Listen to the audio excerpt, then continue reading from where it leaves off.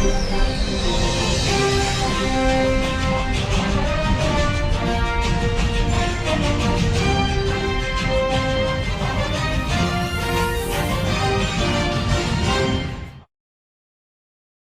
Radio USA ਸੁਣ ਰਹੇ ਦੇਖ ਰਹੇ ਸਾਡੇ ਸਾਰੇ ਸਰੋਤਿਆਂ ਨੂੰ ਦਰਸ਼ਕਾਂ ਨੂੰ ਜੀ ਆਇਆਂ ਨੂੰ ਪਿਆਰ ਭਰੀ ਸਤਿ ਸ੍ਰੀ ਅਕਾਲ।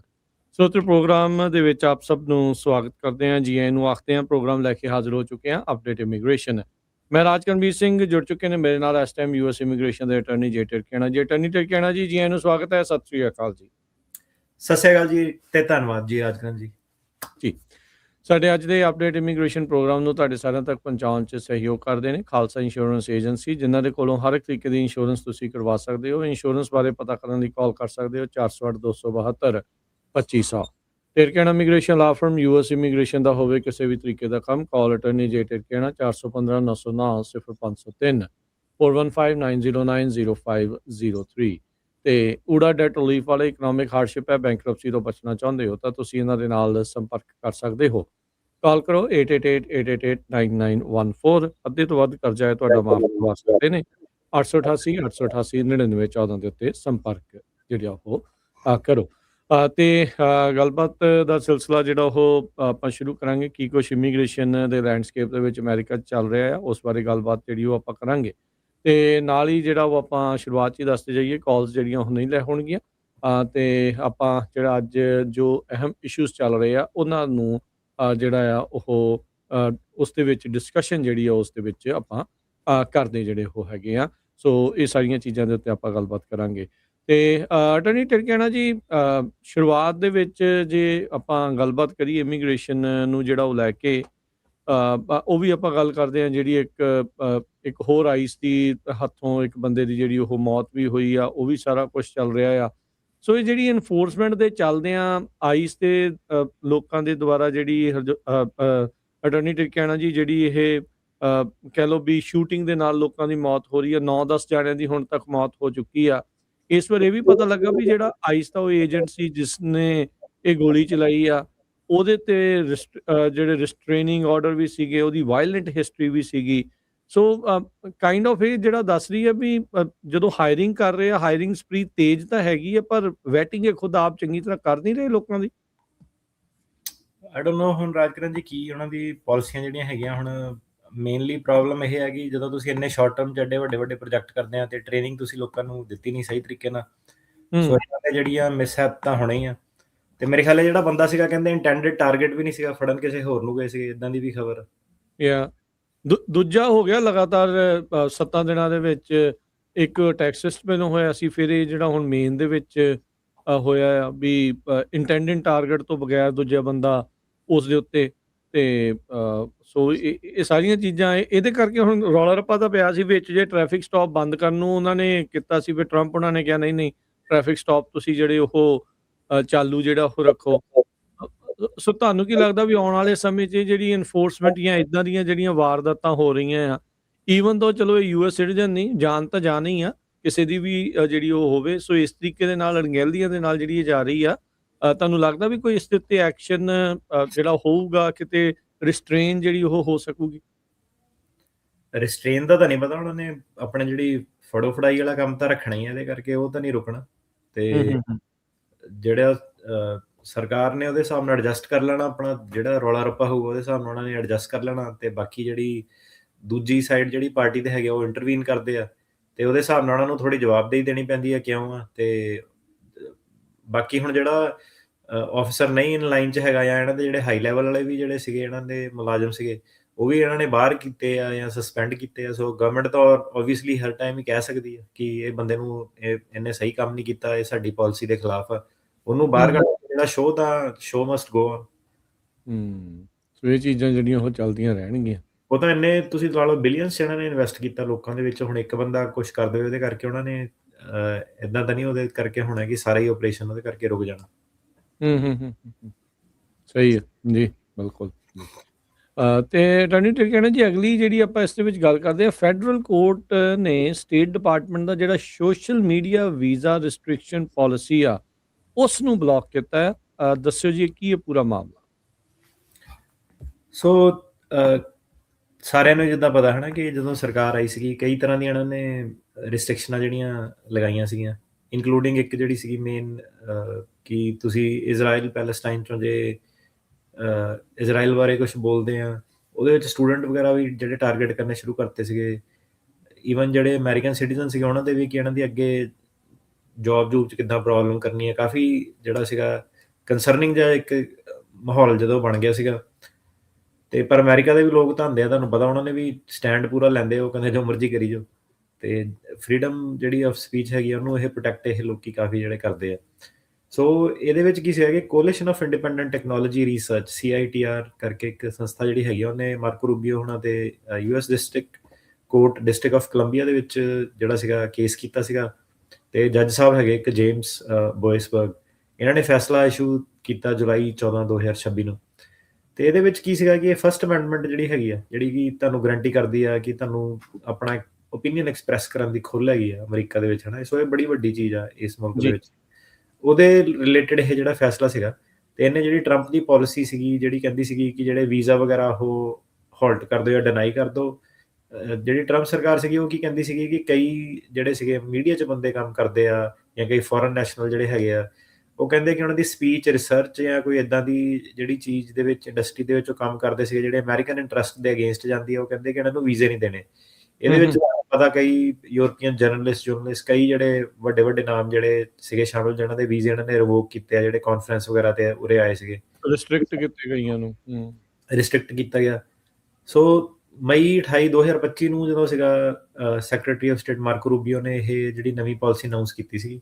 ਤੇ ਤੁਸੀਂ ਇੱਕ ਚੀਜ਼ ਦੇਖੋ ਕਿ ਲਾਅ ਦੇ ਵਿੱਚ ਟਾਈਮ ਲੱਗ ਜਾਂਦਾ, ਸਾਲ ਤੋਂ ਉੱਤੇ ਜਿਹੜਾ ਸੀਗਾ। ਸੋ ਇਹਨਾਂ ਨੇ ਵੀਜ਼ਾ ਰਿਸਟ੍ਰਿਕਸ਼ਨ ਜਿਹੜੀਆਂ ਸੀਗੀਆਂ ਅਨਾਉਂਸ ਕੀਤੀਆਂ ਸੀਗੀਆਂ ਕਿ ਇਹ ਬੇਸਿਕਲੀ ਆਪਣੇ ਵੱਲੋਂ ਕੀ ਕਹਿੰਦੇ ਸੀਗੇ ਕਿ ਆਪਾਂ ਉਹ ਵਾਲੇ ਲੋਕਾਂ ਨੂੰ ਜਿਹੜਾ ਇੱਥੇ ਨਹੀਂ ਆਉਣ ਦੇਣਾ ਜਾਂ ਵੀਜ਼ੇ ਡਿਨਾਈ ਕਰਨੇ ਆ ਜਿਹੜੇ ਅਮਰੀਕਨ ਨੈਸ਼ਨਲ ਨੂੰ ਜਿਹੜਾ ਸੀਗਾ ਸੈਂਸਰ ਕਰਦੇ ਆ। ਸੋ ਇਦਾਂ ਇਹਨਾਂ ਨੇ ਕਹਿ ਕੇ ਜਿਹੜਾ ਸੀਗਾ ਉਹ ਇਹ ਰੂਲ ਜਿਹੜਾ ਪਾਸ ਕੀਤਾ ਸੀਗਾ। ਇਹ ਜਿਹੜਾ ਪਾਲਿਸੀ ਇਹਨਾਂ ਦੀ ਜਿਹੜੀ ਸੀਗੀ, ਇੱਕ ਜਿਹੜੀ ਡਿਪਾਰਟਮੈਂਟ ਆਫ ਸਟੇਟ ਹੈਗੀ ਆ, ਉਹਦੇ ਵਿੱਚ ਇੱਕ ਸੈਕਟਰੀ ਆਫ ਸਟੇਟ ਨੂੰ ਇੱਕ ਪਾਵਰ ਹੁੰਦੀ ਹੈ ਜਿਹਦੇ ਵਿੱਚ ਕਿ ਉਹਨਾਂ ਨੂੰ ਜੇ ਲੱਗੇ ਕਿ ਕੋਈ ਵੀ ਫੋਰਨ ਨੈਸ਼ਨਲ ਜਿਹੜਾ ਅਮਰੀਕਾ ਜਾਣਾ ਚਾਹੁੰਦਾ, ਉਹ ਕੋਈ ਇੱਦਾਂ ਦੀ ਫੋਰਨ ਪਾਲਿਸੀ ਲੈ ਕੇ ਆਊਗਾ ਜਾਂ ਕੋਈ ਇੱਦਾਂ ਦੀ ਹਰਕਤ ਕਰੂਗਾ ਜਿੰਨਾ US ਨੂੰ ਕੋਈ ਨੁਕਸਾਨ ਪਹੁੰਚਦਾ, ਤਾਂ ਸੈਕਟਰੀ ਆਫ ਸਟੇਟ ਕੋ ਉਹ ਜਿਹੜਾ ਕਾਨੂੰਨ ਦੇ ਥੱਲੇ ਪਾਵਰ ਹੁੰਦੀ ਹੈ ਕਿ ਉਹਨੂੰ ਉਹ ਰੋਕ ਸਕਦਾ ਇੱਕ ਬੰਦੇ ਨੂੰ। ਤੇ ਉਹਨੇ ਕੀ ਕੀਤਾ ਕਿ ਉਹਨੇ ਸਾਰੀ ਜਿਹੜੀ ਚੀਜ਼ ਚੱਕ ਕੇ ਮਤਲਬ ਓਵਰਆਲ ਹੀ ਜਿਹੜਾ ਤੁਸੀਂ ਕਹਿ ਲਓਗੇ ਇੱਕ ਕਹਿਤਾ ਕਿ ਸਾਰਿਆਂ ਨੂੰ ਜਿਹੜਾ ਕੰਟਰੋਲ ਕਰੋ, ਸਾਰਿਆਂ ਨੂੰ ਵੀਜ਼ੇ ਜਿਹੜੇ ਡਿਨਾਈ ਕਰੋ।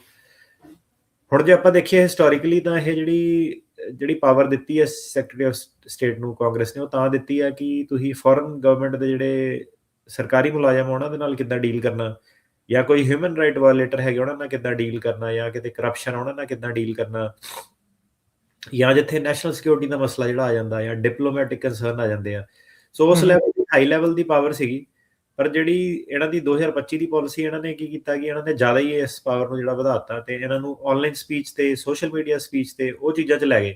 ਮਤਲਬ ਕਿੱਥੇ ਇਹ ਚੀਜ਼ ਜਿਹੜੀ ਡਿਪਲੋਮੈਟਿਕ ਉਹ ਵਾਲੇ ਲੈਵਲ ਤੱਕ ਜਿਹੜੀ ਬਣੀ ਸੀਗੀ ਕਿ ਹਿਊਮਨ ਰਾਈਟ ਵਾਇਲੇਸ਼ਨ ਹੋਣੀ ਆ, ਉਹਨੂੰ ਇਹ ਤੁਸੀਂ ਦੇਖ ਲਓਗੇ ਖਿੱਚ ਕੇ ਕਿ ਵੀਜ਼ੇ ਡਿਨਾਈ ਕਰਨੇ ਆ। ਉਹਦੇ ਵਿੱਚ ਇਹਨਾਂ ਨੇ ਮੀਡੀਆ ਦੇ ਬੰਦੇ ਸਾਰੇ ਜਿਹੜੇ ਟਾਰਗੇਟ ਕਰਨੇ ਸ਼ੁਰੂ ਕਰਤੇ। ਸਰਕਾਰ ਜਿਹੜੀ ਸੀਗੀ ਅਮਰੀਕਾ ਦੀ, ਉਹ ਕਹਿੰਦੀ ਕਿ ਇਹ ਉਹੀ ਬੰਦੇ ਆ ਜਿਹੜੇ ਅਮਰੀਕਨ ਟੈਕਨੋਲੋਜੀ ਕੰਪਨੀਆਂ ਨੂੰ ਸਪਰੈਸ ਕਰਦੇ ਆ ਆਪਣੀ ਕੰਟਰੀਆਂ ਦੇ ਵਿੱਚ, ਆਪਾਂ ਵੀ ਇਹਨਾਂ ਨੂੰ ਕਰਨਾ ਚਾਹੀਦਾ।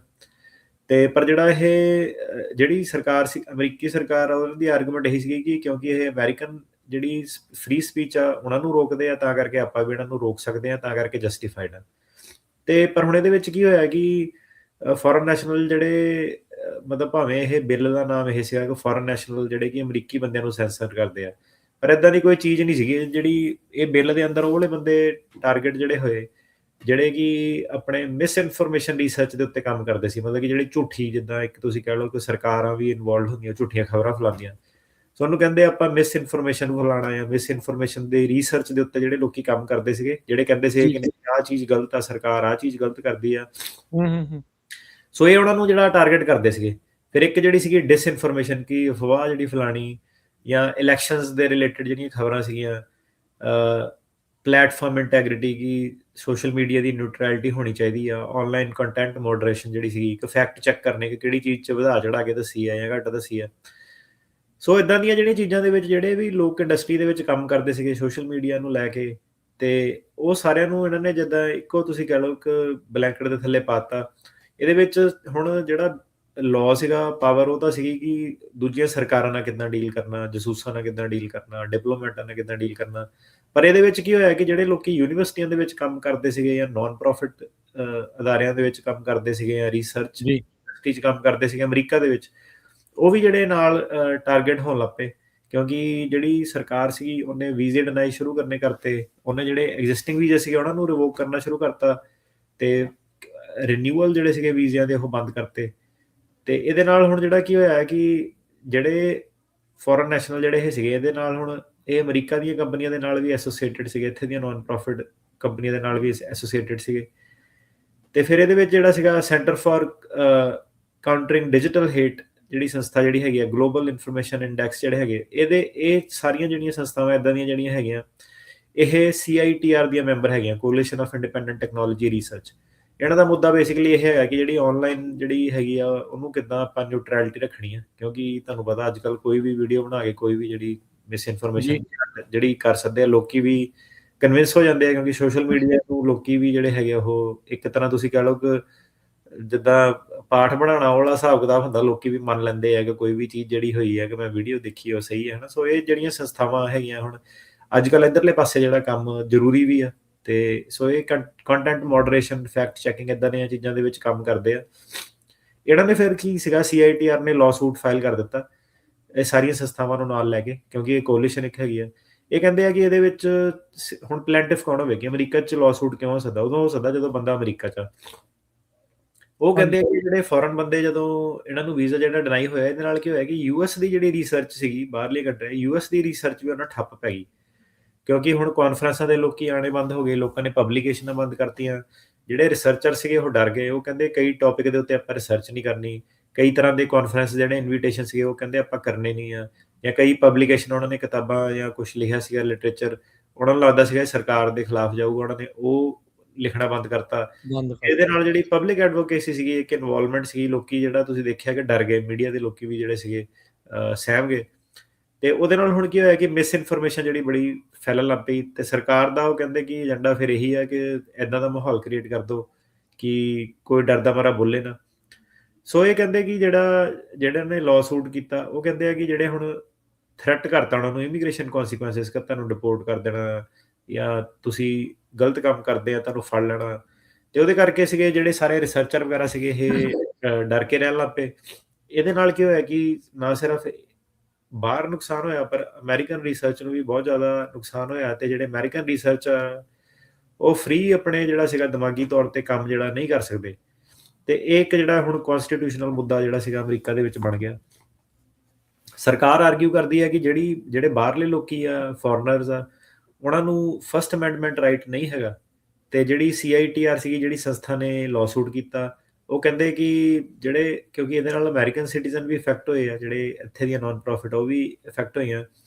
ਤੇ ਜਿਹੜੇ ਫਸਟ ਅਮੈਂਡਮੈਂਟ ਰਾਈਟ ਇੰਨਾ ਬਰਡਨ ਹੋ ਜਾਂਦਾ, ਤੇ ਤੁਸੀਂ ਬਰਡਨ ਇਸ ਤਰੀਕੇ ਨਾਲ ਜਿਹੜਾ ਨਹੀਂ ਕਰ ਸਕਦੇ। ਤੇ ਇਹਦੇ ਨਾਲ ਇਹ ਹੁੰਦਾ ਕਿ ਖੁੱਲ੍ਹ ਜਿਹੜੀ ਹੈਗੀ ਆ ਉਹ ਹਟ ਜਾਂਦੀ ਆ।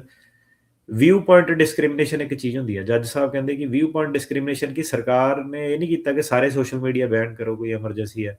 ਉਹਨੇ ਕਿਹਾ ਕਿ ਕਈ ਸਪੈਸੀਫਿਕ ਤਰੀਕੇ ਦੇ ਕਿ ਆਹ ਵਾਲੇ ਵਿਊ ਪੁਆਇੰਟ ਨੂੰ ਬੈਨ ਕਰਨਾ। ਸੋ ਅਮਰੀਕਾ ਦੇ ਵਿੱਚ ਆਹ ਬੜੀ ਵੱਡੀ ਚੀਜ਼ ਹੈ ਕਿ ਤੁਸੀਂ ਇਦਾਂ ਨਹੀਂ ਕਰ ਸਕਦੇ, ਤੁਹਾਨੂੰ ਜਿਹੜੀਆਂ ਕੰਟੈਂਟ ਨਿਊਟਰਲ ਰਿਸਟ੍ਰਿਕਸ਼ਨਸ ਲਾਉਣੀਆਂ ਪੈਂਦੀਆਂ। ਕਾਫੀ ਸਾਰੇ ਰੂਲ ਜਿਹੜੇ ਹੁੰਦੇ ਆ ਕਿ ਕਿੱਦਾਂ ਤੁਸੀਂ ਰਿਸਟ੍ਰਿਕਟ ਕਰ ਸਕਦੇ ਆ, ਨਹੀਂ ਕਰ ਸਕਦੇ ਆ।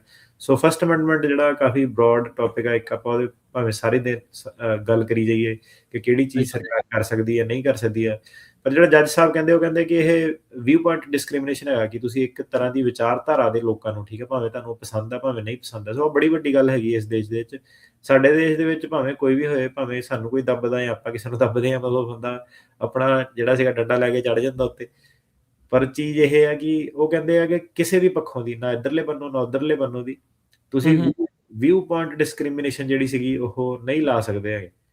ਤੁਹਾਨੂੰ ਮਤਲਬ ਦੋਨਾਂ ਨੂੰ, ਜਿਹੜੀ ਧਿਰਾਂ ਨੂੰ ਬਰਾਬਰ ਜਿਹੜਾ ਬੋਲਣ ਦਾ ਹੱਕ ਜਿਹੜਾ ਹੈਗਾ। ਸੋ ਫਸਟ ਅਮੈਂਡਮੈਂਟ ਉਹੀ ਆ, ਭਾਵੇਂ ਤੁਹਾਨੂੰ ਪਸੰਦ ਆ ਭਾਵੇਂ ਨਹੀਂ ਪਸੰਦ ਆ, ਤੇ ਦੋਨੋਂ ਜਣੇ ਜਿਹੜੇ ਬੋਲ ਸਕਦੇ ਆ।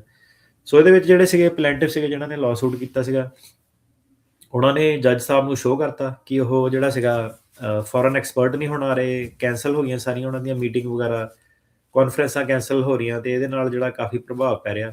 ਤੇ ਜੱਜ ਸਾਹਿਬ ਨੇ ਉਹਦੇ ਕਰਕੇ ਜਿਹੜਾ ਸੀਗਾ ਫਿਰ ਸਟੇ ਦੇ ਦਿੱਤਾ। ਤੇ ਹੁਣ ਕੇਸ ਦੇ ਵਿੱਚ ਦੇਖਦੇ ਆ ਲੌਂਗ ਰਨ ਦੇ ਵਿੱਚ ਕੀ ਫੈਸਲਾ ਆਉਂਦਾ, ਤੇ ਇਹ ਕੌਂਸਟੀਟਿਊਸ਼ਨਲ ਮੁੱਦਾ ਜਿਹੜਾ ਬਣ ਗਿਆ, ਤੇ ਦੇਖੋ ਸੁਪਰੀਮ ਕੋਰਟ ਲੈਵਲ ਤੱਕ ਇਹ ਜਾਂਦਾ ਕਿ ਨਹੀਂ ਜਾਂਦਾ।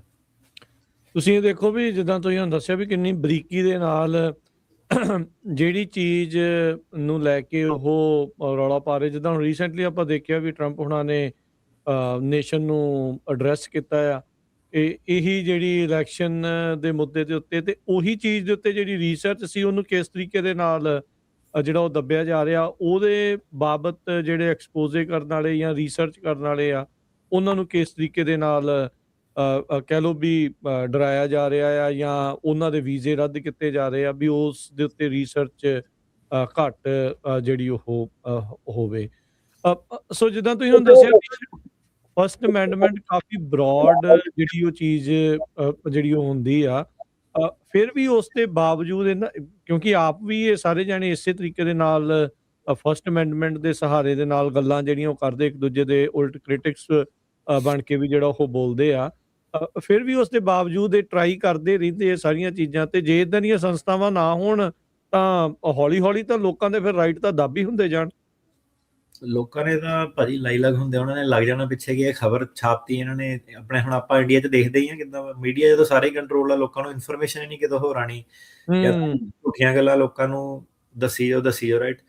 ਸੋ ਉਹੀ ਚੀਜ਼ ਹੈ ਨਾ, ਹੁਣ ਜਿਹੜਾ ਇੱਕ ਪਰਸਨਲ ਚੈਨਲ ਕੀ ਹੁੰਦਾ ਕਿ ਆਨਲਾਈਨ ਉਹੀ ਚੀਜ਼ ਹੁੰਦੀ ਨਾ ਕਿ ਇੱਕ ਬੰਦਾ ਇੱਕ ਤਰ੍ਹਾਂ ਦੀ ਗੱਲ ਕਰਦਾ, ਉਹਦੇ ਨਾਲ ਇੱਕ ਤਰ੍ਹਾਂ ਦੀ ਆਡੀਅੰਸ ਜਿਹੜੀ ਜੁੜਦੀ ਆ, ਤੇ ਉਹ ਫਿਰ ਜਿੱਧਰ ਨੂੰ ਮਸਾਲਾ ਜ਼ਿਆਦਾ ਪਾਣਾ ਹੁੰਦਾ ਉਧਰਲੇ ਪਾਸੇ ਦੀ ਗੱਲ ਜਿਹੜੀ ਹੁੰਦੀ ਹੈ। ਸੋ ਉਹ ਚੀਜ਼ ਜਿਹੜੀ ਸੀਗੀ ਉਹਨੂੰ ਹੁਣ ਜਿੱਦਾਂ ਆਪਣੀਆਂ ਕਮਿਊਨਿਟੀਆਂ 'ਚ ਕੋਈ ਮੋਡਰੇਟ ਨਹੀਂ ਕਰਦਾ ਇਸ ਵੇਲੇ, ਨਵੇਂ ਆਪਾਂ ਤੁਸੀਂ ਕਹਿ ਲਓ ਕਿ ਇੱਕ ਤਰ੍ਹਾਂ ਸੀਨ ਤੇ ਜਿਹੜੇ ਆਏ ਆ, ਤੇ ਹੁਣ ਜਿਹੜਾ ਸੀਗਾ ਓਵਰਆਲ ਜਿਹੜਾ ਸੀਗਾ ਇਹ ਹੁਣ ਜਿਹੜਾ ਇੰਟਰਨੈਟ ਚੀਜ਼ ਨਵੀਂ ਸੀਗੀ, ਕਈ ਤਰ੍ਹਾਂ ਦੇ ਪਲੇਟਫਾਰਮ ਜਿਹੜੇ ਸੀਗੇ, ਤੇ ਟੈਕਨੋਲੋਜੀ ਜਿਹੜੀ ਐਕਸਪੈਂਸ਼ਨ ਜ਼ਿਆਦਾ ਹੋ ਗਈ, ਤੇ ਲਾਅ ਤੇ ਰੈਗੂਲੇਸ਼ਨ ਇਹਨੂੰ ਕੰਟਰੋਲ ਕਰਨਾ ਵੀ ਮੁਸ਼ਕਿਲ ਸੀਗਾ। ਕੋਈ ਇਦਾਂ ਦੀ ਚੀਜ਼ ਤਾਂ ਹੈ ਨਹੀਂ ਜਾ ਕੇ ਬੰਦਾ ਕਵੇ ਕਿ ਤੂੰ ਆਹ ਨਾ ਕਰ ਉਹ ਨਾ ਕਰ ਜਾਂ ਕਹਿ, ਕਿਉਂਕਿ ਸਾਰਾ ਆਨਲਾਈਨ ਆ, ਜੋ ਮਰਜ਼ੀ ਬੰਦਾ ਜੋ ਕਹਿ ਸਕਦਾ। ਸੋ ਇਦਾਂ ਦੀਆਂ ਸੰਸਥਾਵਾਂ ਜਿਹੜੀਆਂ ਸੀਗੀਆਂ, ਕਿਉਂਕਿ ਹੁਣ ਡਿਜੀਟਲ ਏਜ ਆ, ਆਪਾਂ ਜਾ ਹੀ ਡਿਜੀਟਲ ਏਜ ਚੱਲ ਰਹੇ ਆ ਸਾਰਾ, ਤੇ ਜ਼ਰੂਰੀ ਆ ਇਹ, ਮਤਲਬ ਕਿ ਇਦਾਂ ਦਾ ਜਿਹੜਾ ਸੀਗਾ ਨੀਂਹ ਪੱਥਰ ਇਹਨਾਂ ਨੇ ਰੱਖਿਆ, ਕੋਰਟ ਸਿਸਟਮ ਇਹਨਾਂ ਦੇ ਹੈਗੇ ਆ ਜਿਹੜੇ ਇਸ ਕੰਟਰੀਆਂ ਦੇ ਵਿੱਚ, ਹਨਾ। ਸੋ ਆਪਾਂ ਜਿਹੜਾ ਇੱਕ ਸਵਾਲ ਪੁੱਛਦੇ ਆ ਕਿ ਸਾਡੇ ਜਿਹੜੇ ਦੇਸ਼ ਆ ਉਹ ਇੰਨੇ ਪਿਛੜੇ ਕਿਉਂ ਹੁੰਦੇ ਆ, ਤੇ ਕਈ ਲੜਦੇ ਵੀ ਆ ਕਿ ਨਹੀਂ ਇਦਾਂ ਕਹਿਤਾ ਦੇਸ਼ ਨੂੰ, ਉਦਾਂ ਕਹਿਤਾ। ਉਹ ਤਾਂ ਕਰਕੇ ਹੁੰਦੇ ਆ ਕਿ ਜਿਹੜੀ ਚੀਜ਼ ਉਹਨਾਂ ਨੇ 50 ਸਾਲ ਬਾਅਦ 80 ਸਾਲ ਬਾਅਦ ਪਤਾ ਨਹੀਂ ਕਰਨੀ ਹੈ ਕਿ ਨਹੀਂ ਕਰਨੀ ਹੈ, ਤੁਸੀਂ ਦੇਖੋ ਉਧਰਲੇ ਪਾਸੇ। ਸੋ ਉਹ ਚੀਜ਼ ਨੂੰ ਹੁਣ ਤੁਸੀਂ ਦੇਖੋ ਕਿ ਇੱਧਰ ਕਿੱਡੇ ਬਰੀਕੀ ਦੇ ਲੈਵਲ ਤੇ ਉਸ ਚੀਜ਼ ਦੇ ਵਿੱਚ ਫਾਈਟ ਜਿਹੜੀ ਇਹ ਲੋਕੀ ਜਿਹੜੇ ਕਰਦੇ ਆ, ਹਨਾ। ਮਤਲਬ ਟੌਰ ਟੱਪਿਆਂ ਤੋਂ ਬਾਅਦ ਹੋ ਕੇ, ਪ੍ਰਧਾਨਗੀਆਂ ਤੋਂ ਬਾਹਰ ਹੋ ਕੇ, ਜਿਹੜਾ ਮੈਂ ਕਿਹਾ ਕਿੱਦਾਂ ਆਪਣੇ ਆਪ ਨੂੰ ਪ੍ਰੋਟੈਕਟ ਕਰਨਾ, ਫਰੀਡਮਸ ਜਿਹੜੀਆਂ ਕੀ ਹੈਗੀਆਂ ਕਿੱਦਾਂ, ਉਹ ਚੀਜ਼ ਵੱਲ ਇਹਨਾਂ ਮੁਲਕਾਂ ਦਾ ਜਿਹੜਾ ਉਹ ਹੁੰਦਾ। ਆਪਣੇ ਹੁਣ ਬੰਦੇ ਕੀ ਹੈ, ਕਈ ਵਾਰੀ ਉਰੇ ਆ ਕੇ ਵੀ ਉਹ ਚੀਜ਼ਾਂ ਨੂੰ ਐਪਰੀਸ਼ੀਏਟ ਨਹੀਂ ਕਰਦੇ ਆ, ਨਹੀਂ ਉਹਨਾਂ ਨੂੰ ਤੋੜਦੇ ਆ, ਮਰੋੜਦੇ ਆ, ਜਿੱਦਾਂ ਵੀ ਕਰਦੇ ਆ। ਸੋ ਇਹ ਆ ਕਿ ਪਰ ਲੌਂਗ ਰਨ ਦੇ ਵਿੱਚ ਜਿਹੜਾ ਸੀਗਾ, ਜਿਹੜੀ ਇਹ ਅਮੈਂਡਮੈਂਟਸ ਜਿਹੜੀਆਂ ਹੈਗੀਆਂ, ਤੁਸੀਂ ਦੇਖ ਲਓ ਕਿ ਕਦੋਂ ਦੀਆਂ ਇਹ ਬਣੀਆਂ ਪਈਆਂ ਕਨਸਟੀਟਿਊਸ਼ਨ ਦੇ ਵਿੱਚ। ਜਿਹੜੇ ਜਦੋਂ ਇਹ ਦੇਸ਼ ਆਜ਼ਾਦ ਹੋਇਆ ਸੀਗਾ, ਜਦੋਂ ਸੰਵਿਧਾਨ ਲਿਖਿਆ ਗਿਆ ਸੀਗਾ, ਉਦੋਂ ਉਹਨਾਂ ਦੀ ਜਿਹੜੀ ਸੋਚ ਸੀਗੀ ਉਹ, ਕਿਉਂਕਿ ਪਹਿਲਾਂ ਹੀ ਜਿਹੜਾ ਸੀਗਾ ਆਪਰੇਸ਼ਨ ਨੂੰ ਰਾਣੀ ਦੇ ਨਾਲ, ਬ੍ਰਿਟਿਸ਼ ਕਰਾਊਨ ਦੇ ਨਾਲ ਲੜਦੇ ਆਏ ਸੀਗੇ, ਉਹਨਾਂ ਨੂੰ ਪਤਾ ਇਹ ਸਾਰੀਆਂ ਚੀਜ਼ਾਂ ਜਿਹੜੀਆਂ ਸਰਕਾਰਾਂ ਇੱਦਾਂ ਕਰਦੀਆਂ, ਤੇ ਉਹਨਾਂ ਨੇ ਸਮੱਗਰੀ ਜਿਹੜੀ ਆਪਣੀ ਕਨਸਟੀਟਿਊਸ਼ਨ ਦੇ ਵਿੱਚ ਇੰਨੀ ਕੁ ਜਿਹੜੀ ਦਿੱਤੀ ਹੋਈ ਆ ਕਿ ਕੋਈ ਵੀ ਜਿਹੜਾ ਜੱਜ ਜਿਹੜਾ ਹੈਗਾ, ਇੱਕ ਤੁਸੀਂ ਦੇਖ ਲਓ ਡਿਸਟ੍ਰਿਕਟ ਕੋਰਟ ਦਾ ਇੱਥੇ ਸਟੈਂਡ ਜਿਹੜਾ ਲੈ ਸਕਦਾ, ਤੇ ਲੈਂਦੇ ਵੀ ਆ, ਤੇ ਉਹਨਾਂ ਸਾਰਾ ਜਿਹੜਾ ਸੀਗਾ ਸਰਕਾਰ ਦਾ ਹਾਈ ਲੈਵਲ ਤੱਕ ਵਾਲਾ ਜਿਹੜਾ ਚੱਕਾ, ਜਿਹੜੀਆਂ ਉਹਨਾਂ ਦੀਆਂ ਪਾਲਿਸੀਆਂ ਦੀਆਂ, ਉਹ ਜਾਮ ਹੋ ਜਾਂਦਾ। ਜੀ ਹੁਣ ਇਹ ਚੀਜ਼ ਜਿਹੜੀ ਹੁਣ ਬਲੌਕ ਕੀਤਾ ਆ, ਤੇ ਇਹਦਾ ਮਤਲਬ ਵੀ ਉਹਨਾਂ ਲੋਕਾਂ ਨੂੰ ਜਿਨ੍ਹਾਂ ਨੂੰ ਇਸ ਆਧਾਰ ਦੇ ਉੱਤੇ ਰੋਕਿਆ ਗਿਆ ਸੀ, ਕੀ ਉਹਨਾਂ ਨੂੰ ਫਿਰ ਹੁਣ ਆਉਣ ਦਿੱਤਾ ਜਾ ਸਕਦਾ ਹੈ, ਜਾਂ ਅਜੇ ਵੀ ਉਹ ਦੇਖਣਗੇ ਵੀ ਇਹਨਾਂ ਨੂੰ ਰੋਕ ਕੇ ਜਿਹੜਾ ਉਹ ਰੱਖੀਏ? ਉਹਨਾਂ ਨੂੰ ਹੁਣ ਜਿਹਨਾਂ ਦੇ ਵੀਜ਼ੇ ਕੈਂਸਲ ਕਰਤੇ, ਉਹਨਾਂ ਨੂੰ ਤਾਂ ਮੇਰੇ ਖਿਆਲ ਦੁਬਾਰਾ ਵੀਜ਼ੇ ਕਰਨੇ ਪੈਣੇ ਆ, ਪਰ ਅਗਲੇ ਵੀ ਹੁਣ ਲਾਸੂਟ ਵਗੈਰਾ ਕਰ ਸਕਦੇ ਆ ਕਿ ਇਹ ਪਾਲਿਸੀ ਤੁਹਾਡੀ ਸਟੇ ਆ, ਤੇ ਹਾਂਜੀ। ਤੇ ਉਹ ਸੰਸਥਾਵਾਂ ਓਬਵੀਅਸਲੀ ਜਿਹੜੀ ਐਡੀ ਦੂਰ ਤੱਕ ਗੱਲ ਲੈ ਗਏ ਸਾਰੇ ਮਿਲ ਮੁਲ ਕੇ, ਤੇ ਉਹਨਾਂ ਨੇ ਬੈਕਅਪ ਤਾਂ ਉਹਨਾਂ ਨੂੰ ਕਰੂਗਾ ਹੀ। ਨਹੀਂ ਬਿਲਕੁਲ ਸਹੀ ਗੱਲ ਜੀ। ਤੇ ਅਟਾਰਨੀ ਟਰਕਿਆਨਾ ਜੀ, ਅਗਲੀ ਜਿਹੜੀ ਆਪਾਂ ਇਸ ਦੇ ਵਿੱਚ ਜਿਹੜੀ ਗੱਲ ਜਿਹੜੀ ਉਹ ਕਰਦੇ ਆ, ਇਹਦੇ ਵਿੱਚ ਕੋਈ ਹੋਰ ਚੀਜ਼ ਤੁਸੀਂ ਐਡ ਕਰਨਾ ਚਾਹੁੰਦੇ ਆ ਵੀ ਇਹ ਸਾਰੀਆਂ ਚੀਜ਼ਾਂ ਦੇ ਵਿੱਚ, if anything else you want to add, otherwise ਆਪਾਂ ਅਗਲੇ ਟੌਪਿਕ ਵੱਲ ਨੂੰ ਵਧਦੇ? ਨਹੀਂ, ਆਪਾਂ ਜਾ ਸਕਦੇ ਹਾਂ ਅਗਲੇ ਟੌਪਿਕ ਵੱਲ। ਠੀਕ ਹੈ। ਜਿਹੜਾ US ਸਿਟੀਜ਼ਨ ਤੇ ਇਮੀਗ੍ਰੇਸ਼ਨ ਸਰਵਿਸਿਜ਼ ਆ, ਉਹਨਾਂ ਦੇ ਦੁਆਰਾ ਜਿਹੜੀ ਰੈਗੂਲੇਸ਼ਨ ਸੀ ਪਬਲਿਕ ਚਾਰਜ ਵਾਲੀ 2022 ਵਾਲੀ, ਉਸ ਨੂੰ ਵਾਪਸ ਇਹਨਾਂ ਨੇ ਜਿਹੜਾ ਇਹ ਲਿਆ ਆ, ਇਹ ਕਿਹੜੀ ਕਿਉਂਕਿ ਪਬਲਿਕ ਚਾਰਜ ਦਾ ਰੌਲਾ ਆਪਾਂ ਟਰੰਪ ਹੁਣਾਂ ਦੇ ਪਹਿਲੇ ਕਾਰਜਕਾਲ 'ਚ ਵੀ ਸੁਣਿਆ, ਫਿਰ ਬਾਈਡਨ ਉਹਨਾਂ ਦੇ ਕਾਰਜਕਾਲ 'ਚ ਵੀ ਹੈ ਤੇ ਹੁਣ ਵੀ ਆ। ਸੋ ਕਿਹੜੀ ਰੈਗੂਲੇਸ਼ਨ ਅਸਲ ਦੇ ਵਿੱਚ ਇਹਨਾਂ ਨੇ ਜਿਹੜੀ ਉਹ ਵਾਪਸ ਲਈ ਹੈ? ਸੋ ਕਾਫੀ ਲੰਬੀ ਜਿਹੜੀ ਕਹਾਣੀ ਆ। ਸੋ ਡਿਪਾਰਟਮੈਂਟ ਆਫ ਹੋਮਲੈਂਡ ਸਿਕਿਉਰਿਟੀ ਨੇ ਕੀ ਕਹਿੰਦੇ ਆ ਕਿ ਇਹਨਾਂ ਨੇ ਅਨਾਊਂਸਮੈਂਟ ਕੀਤੀ ਆਪਣੀ ਵੈਬਸਾਈਟ ਦੇ ਉੱਤੇ ਕਿ ਆਪਾਂ ਜਿਹੜਾ ਸੀਗਾ ਨਵਾਂ ਰੂਲ ਪਾਸ ਕਰਨ ਜਿਹੜਾ ਜਾ ਰਹੇ ਹਾਂ, ਤੇ ਬਾਈਡਨ ਦਾ 2000 ਵਾਲਾ ਰੂਲ ਆਪਾਂ ਜਿਹੜਾ ਵਾਪਸ ਲੈਣ ਜਾ ਰਹੇ ਹਾਂ, ਕਿਉਂਕਿ ਟਰੰਪ ਸਰਕਾਰ ਕਹਿੰਦੀ ਹੈ ਕਿ ਜਿਹੜਾ ਸਾਡਾ ਵਾਲਾ ਰੂਲ ਆ ਉਹ ਕਾਂਗਰਸ ਦਾ ਜਿਹੜਾ ਇੰਟੈਂਟ ਸੀਗਾ ਉਹਦੇ ਨਾਲ ਜ਼ਿਆਦਾ ਜਿਹੜਾ ਅਲਾਈਨ ਕਰਦਾ ਹੈਗਾ। ਬਾਈਡਨ ਦਾ ਰੂਲ ਗਲਤ ਸੀਗਾ। ਸੋ ਇਹ ਕਾਫੀ ਮੇਜਰ ਖਬਰ ਜਿਹੜੀ ਹੈਗੀ ਆਪਣੀ ਕਮਿਊਨਿਟੀ ਦੇ ਲਈ। ਸੋ ਇਹਨਾਂ ਕੀ ਕਹਿੰਦੇ ਆ ਕਿ ਪਬਲਿਕ ਚਾਰਜ, ਪਹਿਲਾਂ ਤਾਂ ਦੱਸੀਏ ਕੀ ਹੁੰਦਾ। ਪਬਲਿਕ ਚਾਰਜ ਹੁੰਦਾ, ਇਹ ਅਮਰੀਕਾ ਦੇ ਵਿੱਚ ਕਈ ਦਹਾਕਿਆਂ ਤੋਂ ਜਿਹੜੀ ਇਹ ਚੀਜ਼ ਪਬਲਿਕ ਚਾਰਜ ਵਾਲੀ ਹੈਗੀ ਹੈ, ਕੋਈ ਨਵੀਂ ਸ਼ੈ ਨਹੀਂ ਹੈਗੀ। ਸੋ ਇਹਦੇ ਵਿੱਚ ਕੀ ਹੁੰਦਾ ਕਿ ਕੋਈ ਵੀ ਵਿਅਕਤੀ ਜਿਹੜਾ ਇਮੀਗ੍ਰੈਂਟ ਹੈਗਾ, ਜੇ ਉਹਨੂੰ ਜਿਹੜਾ ਕੌਂਸੂਲੇਟ ਦੇ ਵਿੱਚ, ਐਮਬੈਸੀ ਦੇ ਵਿੱਚ ਜੇ ਕੋਈ ਅਫਸਰ ਜਿਹੜਾ ਹੈਗਾ ਉਹ ਇਹ ਡਿਸਾਈਡ ਕਰਦਾ ਕਿ ਇਹ ਅਮਰੀਕਾ ਜਾ ਕੇ ਬਰਡਨ ਬਣ ਜਾਊਗਾ ਕੰਟਰੀ ਦੇ ਉੱਤੇ, ਪਬਲਿਕ ਚਾਰਜ ਬਣ ਜਾਊਗਾ, ਅਮਰੀਕੀ ਟੈਕਸ ਪੇਅਰਾਂ ਨੂੰ ਪੈਸੇ ਦੇਣੇ ਪੈਣੇ, ਇਹਨੂੰ ਕਵਰੇਜ ਕਰਨੀ ਪੈਣੀ ਹੈ, ਇੱਕ ਜ਼ਿੰਮੇਵਾਰੀ ਬਣ ਜਾਣੀ ਇਹ ਬੰਦੇ ਨੇ, ਤੇ ਉਹ ਜਿਹੜਾ ਪਬਲਿਕ ਚਾਰਜ ਗਰਾਊਂਡ ਦੇ ਉੱਤੇ ਉਹਨੂੰ ਜਿਹੜਾ ਸੀਗਾ ਵੀਜ਼ਾ ਡਿਨਾਈ ਕੀਤਾ ਜਾ ਸਕਦਾ। ਸੋ ਕਾਂਗਰਸ ਨੇ ਇਹ ਜਿਹੜਾ ਰੂਲ ਕ੍ਰੀਏਟ ਕੀਤਾ ਸੀਗਾ ਪਬਲਿਕ ਚਾਰਜ ਵਾਲਾ, ਪ੍ਰੈਜ਼ੀਡੈਂਟ ਨੇ ਨਹੀਂ ਕਿਸੇ ਨੇ ਕੀਤਾ, ਕਾਂਗਰਸ ਨੇ ਕੀਤਾ ਸੀਗਾ ਬਾਏ ਲਾਅ। ਪਰ ਜਿਹੜੀ ਕੰਟਰੋਵਰਸੀ ਹਮੇਸ਼ਾ ਇਹੀ ਰਹੀ ਹੈ ਕਿ ਪਬਲਿਕ ਚਾਰਜ ਹੁੰਦਾ ਕੀ ਆ, ਕੌਣ ਬਣੂਗਾ, ਇਹਦਾ ਐਕਚੁਅਲ ਮਕਸਦ ਕੀ ਹੈਗਾ। ਸੋ ਪੰਗਾ ਇੱਥੇ ਪੈ ਗਿਆ ਕਿ ਕਾਂਗਰਸ ਨੇ ਕਦੀ ਉਹ ਚੀਜ਼ ਡਿਫਾਈਨ ਨਹੀਂ ਕੀਤੀ, ਤੇ ਉਹਨਾਂ ਨੇ ਸਰਕਾਰਾਂ ਨੂੰ ਛੱਡਤਾ ਕਿ ਤੁਸੀਂ ਦੱਸਣਾ ਕਿ ਕੀ ਚੀਜ਼ ਆ ਟਾਈਮ ਟੂ ਟਾਈਮ। ਸੋ ਪਹਿਲੀ ਗੱਲ, ਇੱਦਾਂ ਕਿਉਂ ਹੁੰਦਾ? ਬੰਦਾ ਕਹਿੰਦਾ ਕਿ ਯਾਰ ਐਡੀ ਇੰਪੋਰਟੈਂਟ ਚੀਜ਼ ਆ, ਕਾਂਗਰਸ ਨੇ ਕਿਉਂ ਨਹੀਂ ਇਹਨੂੰ ਡਿਫਾਈਨ ਕੀਤਾ? ਕਾਂਗਰਸ ਜਿਹੜੀ ਹੈਗੀ ਆ ਉਹ ਤੁਸੀਂ ਦੇਖੋਗੇ ਉਹਨਾਂ ਨੂੰ ਹੋਰ ਵੀ ਬਥੇਰੇ ਕੰਮ ਆ। ਉਹਨਾਂ ਨੇ ਹਜ਼ਾਰਾਂ ਲਾਅ ਜਿਹੜੇ ਬਣਾਉਣੇ ਆ ਵਾਈਲਡ ਲਾਈਫ ਉੱਤੇ, ਫਿਸ਼ਰੀਜ਼ ਉੱਤੇ, ਪੈਟਰੋਲੀਅਮ ਉੱਤੇ, ਠੀਕ ਆ। ਕਈ ਉਹਨਾਂ ਦੇ ਕੋਲ ਮੁੱਦੇ ਜਿਹੜੇ ਹੈਗੇ ਆ, ਕਿੰਨੀਆਂ ਪਾਲਿਸੀਆਂ ਉਹਨਾਂ ਦੇ ਕੋਲ ਹੁੰਦੀਆਂ ਨਾ। ਤੇ ਇਮੀਗ੍ਰੇਸ਼ਨ ਲਾਅ ਦੇ ਵਿੱਚ ਤੁਸੀਂ ਲਾ ਲਓ ਕਿ ਕਿੰਨੇ 100 ਤਰ੍ਹਾਂ ਦੇ ਵੀਜ਼ੇ ਜਿਹੜੇ ਹੈਗੇ ਆ, ਅਸਾਈਲਮ ਵਾਲਾ, NIW ਵਾਲਾ, H1B ਵਾਲਾ। ਸੋ ਉਹਦੇ ਵਿੱਚੋਂ ਹੀ ਇੱਕ ਚੀਜ਼ ਇਹ ਪਬਲਿਕ ਚਾਰਜ ਜਿਹੜੀ ਹੁੰਦੀ ਹੈ, ਮਤਲਬ ਕਿ ਕਾਂਗਰਸ ਜਿਹੜੀ ਨਾਲੇ ਫਿਰ ਟਾਈਮ ਟੂ ਟਾਈਮ ਚੀਜ਼ਾਂ ਜਿਹੜੀਆਂ ਚੇਂਜ ਹੋ ਜਾਂਦੀਆਂ, ਕੋਈ ਨਵਾਂ ਪ੍ਰੋਗਰਾਮ ਆ ਜਾਂਦਾ। ਹੁਣ ਕਾਂਗਰਸ ਐਂ ਤਾਂ ਨਹੀਂ ਕਹਿ ਸਕਦੀ ਕਿ ਆਲੋ ਲਿਸਟ ਆਲੇ ਪ੍ਰੋਗਰਾਮ ਕਵਰਡ ਆ, ਆਲੇ ਨਹੀਂ ਕਵਰਡ ਆ, ਤੇ ਫਿਰ ਕੱਲ ਨੂੰ ਨਵਾਂ ਪ੍ਰਾਈਮ ਮਿਨਿਸਟਰ ਆਵੇ, ਉਹਨੇ ਕਿਹਾ ਮੈਂ ਓਬਾਮਾ ਕੇਅਰ ਪਾਸ ਕਰਤੀ, ਮੈਂ ਟਰੰਪ ਕੇਅਰ ਪਾਸ ਕਰਤੀ। ਸੋ ਉਹ ਕਾਂਗਰਸ ਜਿਹੜੀ ਹੈਗੀ ਉਹ ਇੱਕ ਓਵਰਆਲ ਹਮੇਸ਼ਾ ਲਾਅ ਬਣਾਉਂਦੀ ਹੁੰਦੀ ਹੈ ਕਿ ਓਵਰਆਲ ਜਿਹੜਾ ਸਾਡਾ ਇਰਾਦਾ ਜਿਹੜਾ ਲਾਅ ਬਣਾਉਂਦਾ ਇਹ ਸੀਗਾ, ਉਹ ਚੀਜ਼ ਨੂੰ ਆਪਾਂ ਕਹਿੰਦੇ ਹਾਂ ਕਾਂਗਰੈਸ਼ਨਲ ਇੰਟੈਂਟ। ਸੋ ਹਮੇਸ਼ਾ ਜਿਹੜੀ ਬਰਥ ਰਾਈਟ ਵਾਲੀ ਵੀ ਹੋਈ, ਉਹ ਬੇਸਿਕਲੀ ਇਹ ਕਹਿੰਦੇ ਆ ਕਿ ਕਾਂਗਰਸ ਦਾ ਇਰਾਦਾ ਕੀ ਸੀ ਉਹਨਾਂ ਟਾਈਮਾਂ 'ਚ। ਸੋ ਤੁਹਾਡੇ ਨਾਲ ਕਾਫੀ ਡਿਟੇਲ 'ਚ ਗਏ ਸੀਗੇ ਉੱਥੇ, ਉਹਨਾਂ ਨੇ ਹਿਸਟਰੀ ਪੂਰੀ ਦੇਖੀ ਸੀਗੀ। ਸੋ ਪਹਿਲੀ ਗੱਲ ਤਾਂ ਇਹ ਹੈ ਕਿ ਜਿਹੜੀ ਕਾਂਗਰਸ ਉਹ ਇੱਦਾਂ ਨਹੀਂ ਹੈਗਾ ਕਿ ਉਹਨਾਂ ਨੇ ਮੌਕੇ ਦੇ ਹਿਸਾਬ ਨਾਲ, ਕੋਈ ਉਹ ਛੋਟਾ ਮੋਟਾ ਬਿਜ਼ਨਸ ਨਹੀਂ ਹੈਗਾ ਕਿ ਉਹਨਾਂ ਨੇ ਅਗਲੇ ਦਿਨ ਉੱਠਣਾ ਤੇ ਲਾਅ ਚੇਂਜ ਕਰ ਲੈਣਾ ਉਹਨਾਂ ਨੇ। ਸੋ ਲਾਅ ਬਣਾਉਣੇ ਵੀ ਬੜੇ ਮੁਸ਼ਕਿਲ ਆ, ਕਿਉਂਕਿ ਹਜ਼ਾਰਾਂ ਲਾਅ ਜਿਹੜੇ ਹੁੰਦੇ ਆ, ਤੇ ਲਾਅ ਚੇਂਜ ਕਰਨੇ ਵੀ ਜਿਹੜੇ ਬੜੇ ਮੁਸ਼ਕਿਲ ਹੁੰਦੇ ਆ। ਸੋ ਉਹਦੇ ਕਰਕੇ ਕਾਂਗਰਸ ਕੀ ਕਰਦੀ ਹੈ, ਇੱਕ ਬਰੋਡ ਜਿਹੜਾ ਸੀਗਾ ਵੱਡੇ ਪੱਧਰ ਤੇ ਹਾਈ ਲੈਵਲ ਤੇ ਲਾਅ ਬਣਾ ਦਿੰਦੀ ਹੈ, ਤੇ ਜਿਹੜੀਆਂ ਉਹਦੇ ਵਿੱਚ ਛੋਟੀਆਂ ਡਿਟੇਲਾਂ ਹੁੰਦੀਆਂ ਉਹ ਜਿਹੜੀਆਂ ਅਫਸਰਾਂ ਦੇ ਰਾਹੀਂ, ਸਰਕਾਰਾਂ ਦੇ ਰਾਹੀਂ ਉਹਨਾਂ ਤੇ ਛੱਡ ਦਿੰਦੀ ਹੈ ਕਿ ਉਹਨਾਂ ਨੇ ਉਹਨੂੰ ਕਿੱਦਾਂ ਜਿਹੜਾ ਹੈਂਡਲ ਕਰਨਾ। ਤੇ ਇਹਦੇ ਵਿੱਚ ਹੁਣ ਜਿਹੜਾ ਕਾਂਗਰਸ ਨੇ ਕਾਨੂੰਨ ਬਣਾਇਆ ਸੀਗਾ ਇਮੀਗ੍ਰੇਸ਼ਨ ਨੈਸ਼ਨੈਲਿਟੀ ਐਕਟ ਥੱਲੇ, ਉਹਨਾਂ ਨੇ ਕਿਹਾ ਕਿ ਟੋਟੈਲਿਟੀ ਆਫ ਸਰਕਮਸਟੈਂਸਿਸ ਦੇਖਣੇ ਆ ਤੁਸੀਂ, ਹਰੇਕ ਚੀਜ਼ ਜਿਹੜੀ ਦੇਖਣੀ ਹੈ।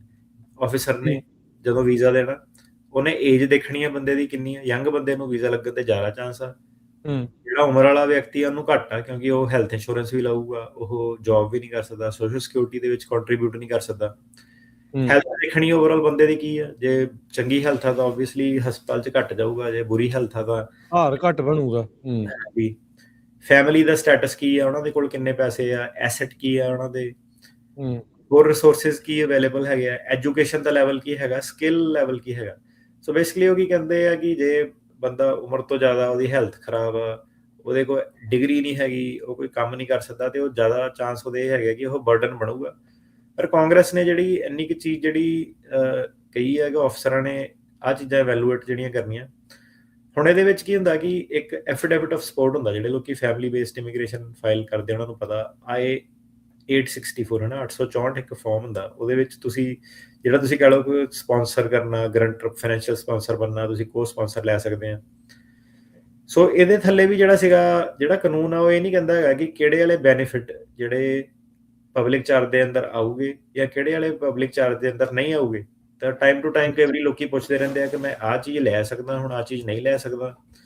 ਤੇ ਜਿਹੜੇ ਸਾਡੇ ਪ੍ਰੋਗਰਾਮਸ ਹੁੰਦੇ ਉਹਨਾਂ ਨੂੰ ਪਤਾ ਕਿ ਬਾਈਡਨ ਦੇ ਟਾਈਮ 'ਚ ਉਹਨਾਂ ਨੇ ਜਦੋਂ ਕਲੈਰੀਫਾਈ ਕੀਤਾ ਸੀਗਾ, ਆਪਾਂ ਕਿਹਾ ਤੁਸੀਂ ਬਾਈਡਨ ਨੇ ਤਾਂ ਕਹਿਤਾ ਲੈ ਸਕਦੇ ਆ, ਪਰ ਕੱਲ ਨੂੰ ਜਦੋਂ ਬਾਈਡਨ ਚੇਂਜ ਹੁੰਦਾ, ਤੁਹਾਡੇ ਰਿਸ਼ਤੇਦਾਰ ਦਾ ਨੰਬਰ ਆਉਂਦਾ ਬਾਅਦ 'ਚ ਜਾ ਕੇ, ਠੀਕ ਹੈ, ਟਰੰਪ ਦੇ ਕਾਰਜਕਾਲ 'ਚ ਜਾਂ 10 ਸਾਲ ਬਾਅਦ, ਉਦੋਂ ਜਿਹੜੀ ਸਰਕਾਰ ਆ ਉਹ ਕੀ ਦੇਖਦੀ ਆ ਬੈਨੀਫਿਟ ਨੂੰ, ਉਹ ਮੈਟਰ ਕਰਦਾ। ਸੋ ਕਹਿਣ ਦਾ ਮਤਲਬ ਇਹ ਹੈ ਕਿ ਜਿਹੜਾ ਵੀ ਬੰਦਾ ਕਿਸੇ ਵੀ ਤਰੀਕੇ ਨਾਲ ਫ੍ਰੀ ਕੋਈ ਬੈਨੀਫਿਟ ਲੈ ਰਿਹਾ ਹੈਗਾ ਅਮਰੀਕਾ ਤੋਂ, ਉਹ ਇੱਕ ਗ੍ਰੇ ਟੈਰੀਟਰੀ ਦੇ ਵਿੱਚ ਆ ਜਾਂਦਾ, ਜਿਹਦੇ ਵਿੱਚ ਕਿ ਸਰਕਾਰਾਂ, ਮੌਕੇ ਦੀਆਂ ਸਰਕਾਰਾਂ ਡਿਸਾਈਡ ਕਰਦੀਆਂ ਕਿ ਇਹ ਬੰਦਾ ਪਬਲਿਕ ਚਾਰਜ ਬਣੂਗਾ ਕਿ ਨਹੀਂ ਬਣੂਗਾ, ਉਹਦੇ ਥੱਲੇ ਇਹਨੂੰ ਵੀਜ਼ਾ ਦੇਣਾ ਚਾਹੀਦਾ ਕਿ ਡਿਨਾਈ ਕਰਨਾ ਚਾਹੀਦਾ। ਸੋ ਟਰੰਪ ਸਰਕਾਰ ਦੇ ਆਉਣ ਤੋਂ ਪਹਿਲਾਂ ਜਿਹੜਾ ਪਬਲਿਕ ਚਾਰਜ ਸੀਗਾ ਉਹਦੀ ਡੈਫੀਨੇਸ਼ਨ ਬੜੀ ਨੈਰੋ ਸੀਗੀ। ਸਿੱਧੇ ਉਹਨਾਂ ਨੇ ਜਿਹੜੀਆਂ ਸੀਗੀਆਂ 2 ਕੁ ਚੀਜ਼ਾਂ ਜਿਹੜੀਆਂ ਉਹਨਾਂ ਨੇ ਦੱਸੀਆਂ ਸੀਗੀਆਂ ਟਰੰਪ ਦੇ ਆਉਣ ਤੋਂ ਪਹਿਲਾਂ। ਪਹਿਲਾ ਜਿਹੜਾ ਇਹਦਾ ਕਾਰਜਕਾਲ ਸੀਗਾ ਉਸ ਤੋਂ ਪਹਿਲਾਂ, ਉਹ ਕਹਿੰਦੇ ਕਿ ਜਿਹੜਾ ਕੈਸ਼ ਵੈਲਫੇਅਰ ਹੁੰਦੇ ਆ, ਜਿੱਦਾਂ ਕਿ ਸਪਲੀਮੈਂਟਲ ਸਿਕਿਉਰਿਟੀ ਇਨਕਮ SSI ਜਿਹਨੂੰ ਕਹਿ ਦਿੰਦੇ ਆ, ਜਾਂ temporary assistance for needy families TANF ਜਿਹਨੂੰ ਕਹਿ ਦਿੰਦੇ ਆਪਾਂ, ਉਹ ਕਹਿੰਦੇ ਕਿ ਇਹ ਜਿਹੜੇ 2 ਕੈਸ਼ ਵੈਲਫੇਅਰ ਪ੍ਰੋਗਰਾਮ ਜਿਹੜੇ ਹੈਗੇ ਆ ਇਹ ਪਬਲਿਕ ਚਾਰਜ 'ਚ ਆਉਂਦੇ ਆ। ਤੇ ਦੂਜੀ ਚੀਜ਼ ਉਹ ਕਹਿੰਦੇ ਸੀਗੇ ਕਿ ਜਿਹੜੀ ਲੌਂਗ ਟਰਮ ਇੰਸਟੀਟਿਊਸ਼ਨਲ ਕੇਅਰ ਹੈਗੀ ਆ, ਗਵਰਨਮੈਂਟ ਸਰਕਾਰੀ ਖਰਚ ਦੇ ਉੱਤੇ ਤੁਸੀਂ ਨਰਸਿੰਗ ਹੋਮ 'ਚ ਲੌਂਗ ਟਰਮ 'ਚ ਪੈ ਗਏ, ਛੋਟੇ ਵਾਲੇ ਨਹੀਂ ਜਿੱਦਾਂ 15 ਦਿਨ 20 ਦਿਨ, ਉਹਦਾ ਨਹੀਂ ਕਿ ਲੌਂਗ ਟਰਮ ਤੁਹਾਡੀ ਜਿਹੜੀ ਕਿਸੇ ਨੇ ਸਰਕਾਰੀ ਹਸਪਤਾਲਾਂ ਨੇ ਤੁਹਾਨੂੰ ਜਦੋਂ ਉਹ ਕਰਨੀ ਆ, ਤੇ ਉਹ ਚੀਜ਼ ਨੂੰ ਇਹ ਪਬਲਿਕ ਚਾਰਜ ਮੰਨਦੇ ਸੀ ਟਰੰਪ ਦੇ ਪਹਿਲੇ ਕਾਰਜਕਾਲ ਤੋਂ ਪਹਿਲਾਂ। ਸੋ ਆਹ 2 ਹੀ ਚੀਜ਼ਾਂ ਹੁੰਦੀਆਂ ਸੀਗੀਆਂ।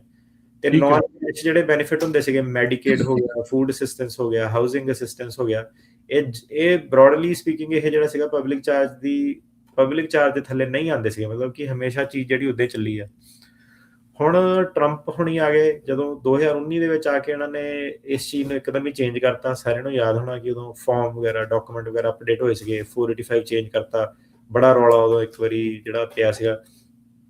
ਉਹਨਾਂ ਨੇ ਕੀ ਕੀਤਾ ਕਿ ਟਰੰਪ ਨੇ ਜਿਹੜਾ ਸੀਗਾ ਪਬਲਿਕ ਚਾਰਜ ਨੂੰ ਐਕਸਟੈਂਡ ਕਰਤਾ। ਉਹ ਕਹਿੰਦੇ ਸਾਨੂੰ ਪਾਵਰ ਦਿੱਤੀ ਹੈ ਕਾਂਗਰਸ ਨੇ। ਟਰੰਪ ਹੁਣੀ ਕੀ ਕਹਿਣ ਲੱਗ ਪਏ, ਉਹ ਆਰਗੂ ਕਰਨ ਲੱਗ ਪਏ ਕਿ ਜਿਹੜੀ ਕਾਂਗਰਸ ਸੀਗੀ ਉਹਦਾ ਇਰਾਦਾ ਸੀਗਾ ਕਿ ਲੋਕੀ ਸੈਲਫ ਸਫੀਸ਼ੀਐਂਟ ਹੋਣਾ, ਕਿ ਕਿਸੇ ਦੇ ਡਿਪੈਂਡੈਂਟ ਨਾ ਹੋਣ, ਕੋਈ ਵੀ ਬੈਨੀਫਿਟ ਨਾ ਲਵੇ।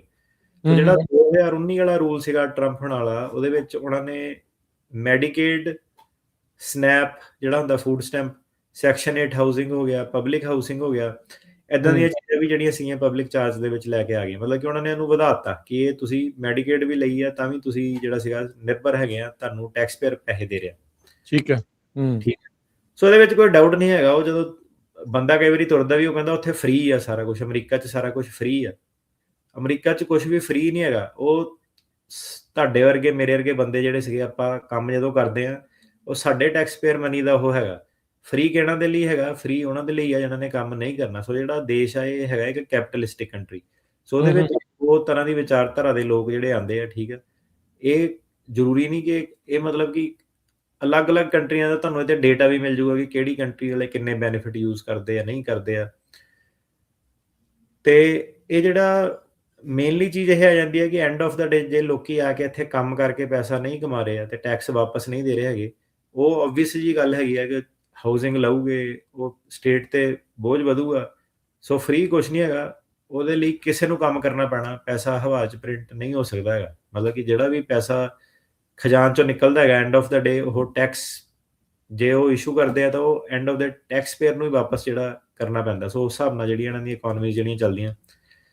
ਸੋ ਜਿਹੜਾ 2019 ਵਾਲਾ ਇਹਨਾਂ ਦਾ ਰੂਲ ਸੀਗਾ, ਉਹਨੇ ਕੀ ਕੀਤਾ ਕਿ ਨੈਗੇਟਿਵ ਫੈਕਟਰ ਪਾਤੇ ਕਿ ਜੇ ਕੋਈ ਅਨਇੰਪਲੋਇਡ ਰਿਹਾ ਹੈਗਾ, ਨੌਕਰੀ ਨਹੀਂ ਕਿਸੇ ਨੇ ਕੀਤੀ ਹੈਗੀ, ਕਿਸੇ ਕੋਲ ਹੈਲਥ ਇੰਸ਼ੋਰੈਂਸ ਨਹੀਂ ਹੈਗੀ। ਉਦੋਂ ਤੁਹਾਨੂੰ ਯਾਦ ਹੋਣਾ ਲੋਕੀ ਇੰਡੀਆ ਤੋਂ ਹੈਲਥ ਇੰਸ਼ੋਰੈਂਸ ਲੈ ਕੇ ਆਉਣ ਲੱਗ ਪਏ ਸੀ। ਕਿਸੇ ਦੀ ਪੂਅਰ ਕ੍ਰੈਡਿਟ ਹਿਸਟਰੀ ਹੈਗੀ ਆ ਇੱਥੇ, ਬੈਂਕਰਪਸੀ ਫਾਈਲ ਕੀਤੀਆਂ ਉਹਨਾਂ ਨੇ, ਭਾਵੇਂ ਉਹ ਲੀਗਲ ਪ੍ਰੋਸੈਸ ਹੈਗਾ। ਉਹ ਕਹਿੰਦੇ ਪਰ ਜੇ ਕ੍ਰੈਡਿਟ ਹਿਸਟਰੀ ਤੁਹਾਡੀ ਮੈਸਡ ਅਪ ਜਿਹੜੀ ਹੈਗੀ ਆ, ਉਹਦੇ ਬੇਸ ਤੇ ਵੀ ਆਪਾਂ ਤੁਹਾਨੂੰ ਟੰਗ ਸਕਦੇ ਹਾਂ। ਜਿਹੜੀ ਟਰੰਪ ਜਾਂ ਕਿਸੇ ਨੇ ਉੱਦਾਂ ਬੈਨੀਫਿਟ, ਪਬਲਿਕ ਬੈਨੀਫਿਟ ਲਏ ਆ, ਲੋ ਇਨਕਮ ਜੇ ਕੋਈ ਹੈਗਾ ਬੰਦਾ, ਮੈਡੀਕਲ ਕੰਡੀਸ਼ਨ ਹੈਗੀ ਆ, ਕਿਸੇ ਨੂੰ ਕੋਈ ਬਿਮਾਰੀ ਆ ਪਰ ਉਹ ਕੋਲ ਪੈਸੇ ਨਹੀਂ ਹੈਗੇ। ਸੋ ਇਦਾਂ ਦੀਆਂ ਚੀਜ਼ਾਂ ਉਹ ਕਹਿੰਦੇ ਆਪਾਂ ਨੈਗੇਟਿਵ ਮੰਨਦੇ ਆ। ਪੋਜ਼ਿਟਿਵ ਉਹਨਾਂ ਨੇ ਜਿਹੜੇ ਫੈਕਟਰ ਇਹ ਰੱਖੇ ਸੀਗੇ ਕਿ ਜੇ ਕਿਸੇ ਦੀ ਇਨਕਮ ਬਹੁਤ ਜ਼ਿਆਦਾ, ਕਿਸੇ ਕੋਲ ਪ੍ਰਾਈਵੇਟ ਹੈਲਥ ਇੰਸ਼ੋਰੈਂਸ ਆ, ਕਿਸੇ ਕੋਲ ਡਿਗਰੀ ਆ, ਕਿਸੇ ਕੋਲ ਸੰਪਤੀ ਹੈ, ਹਨਾ। ਜਿਹੜੇ ਟਰੰਪ ਦੇ ਕ੍ਰਿਟਿਕ ਸੀਗੇ ਉਦੋਂ, ਉਹ ਕਹਿੰਦੇ ਕਿ ਇਹ ਤਾਂ ਇਹਨੇ ਵੈਲਥ ਟੈਸਟ ਪਾਤਾ। ਇਹ ਵੈਲਥ ਟੈਸਟ ਹੈਗਾ ਇੱਕ, ਹੋਰ ਕੁਝ ਨਹੀਂ ਹੈਗਾ। ਇਹ ਦੇਖ ਰਹੇ ਆ ਕਿ ਸਿਰਫ ਅਮੀਰ ਬੰਦਾ ਆਵੇ, ਗਰੀਬ ਬੰਦਾ ਆਵੇ ਨਾ। ਜਿਹੜੇ ਟਰੰਪ ਸਰਕਾਰ ਸੀਗੀ ਉਹ ਕਹਿੰਦੀ ਕਿ ਨਹੀਂ, ਆਪਾਂ ਸਿਰਫ ਜੋ ਕਾਂਗਰਸ ਨੇ ਸਾਨੂੰ ਕਿਹਾ ਹੈਗਾ ਆਪਾਂ ਉਹ ਇਨਫੋਰਸ ਕਰ ਰਹੇ ਹਾਂ। ਸੋ ਇਹ 2 ਜਿਹੜੀਆਂ ਵਿਚਾਰਧਾਰਾ ਹੋ ਗਈਆਂ, ਡੈਮੋਕ੍ਰੈਟ ਤੇ ਰਿਪਬਲਿਕਨ, ਠੀਕ ਹੈ।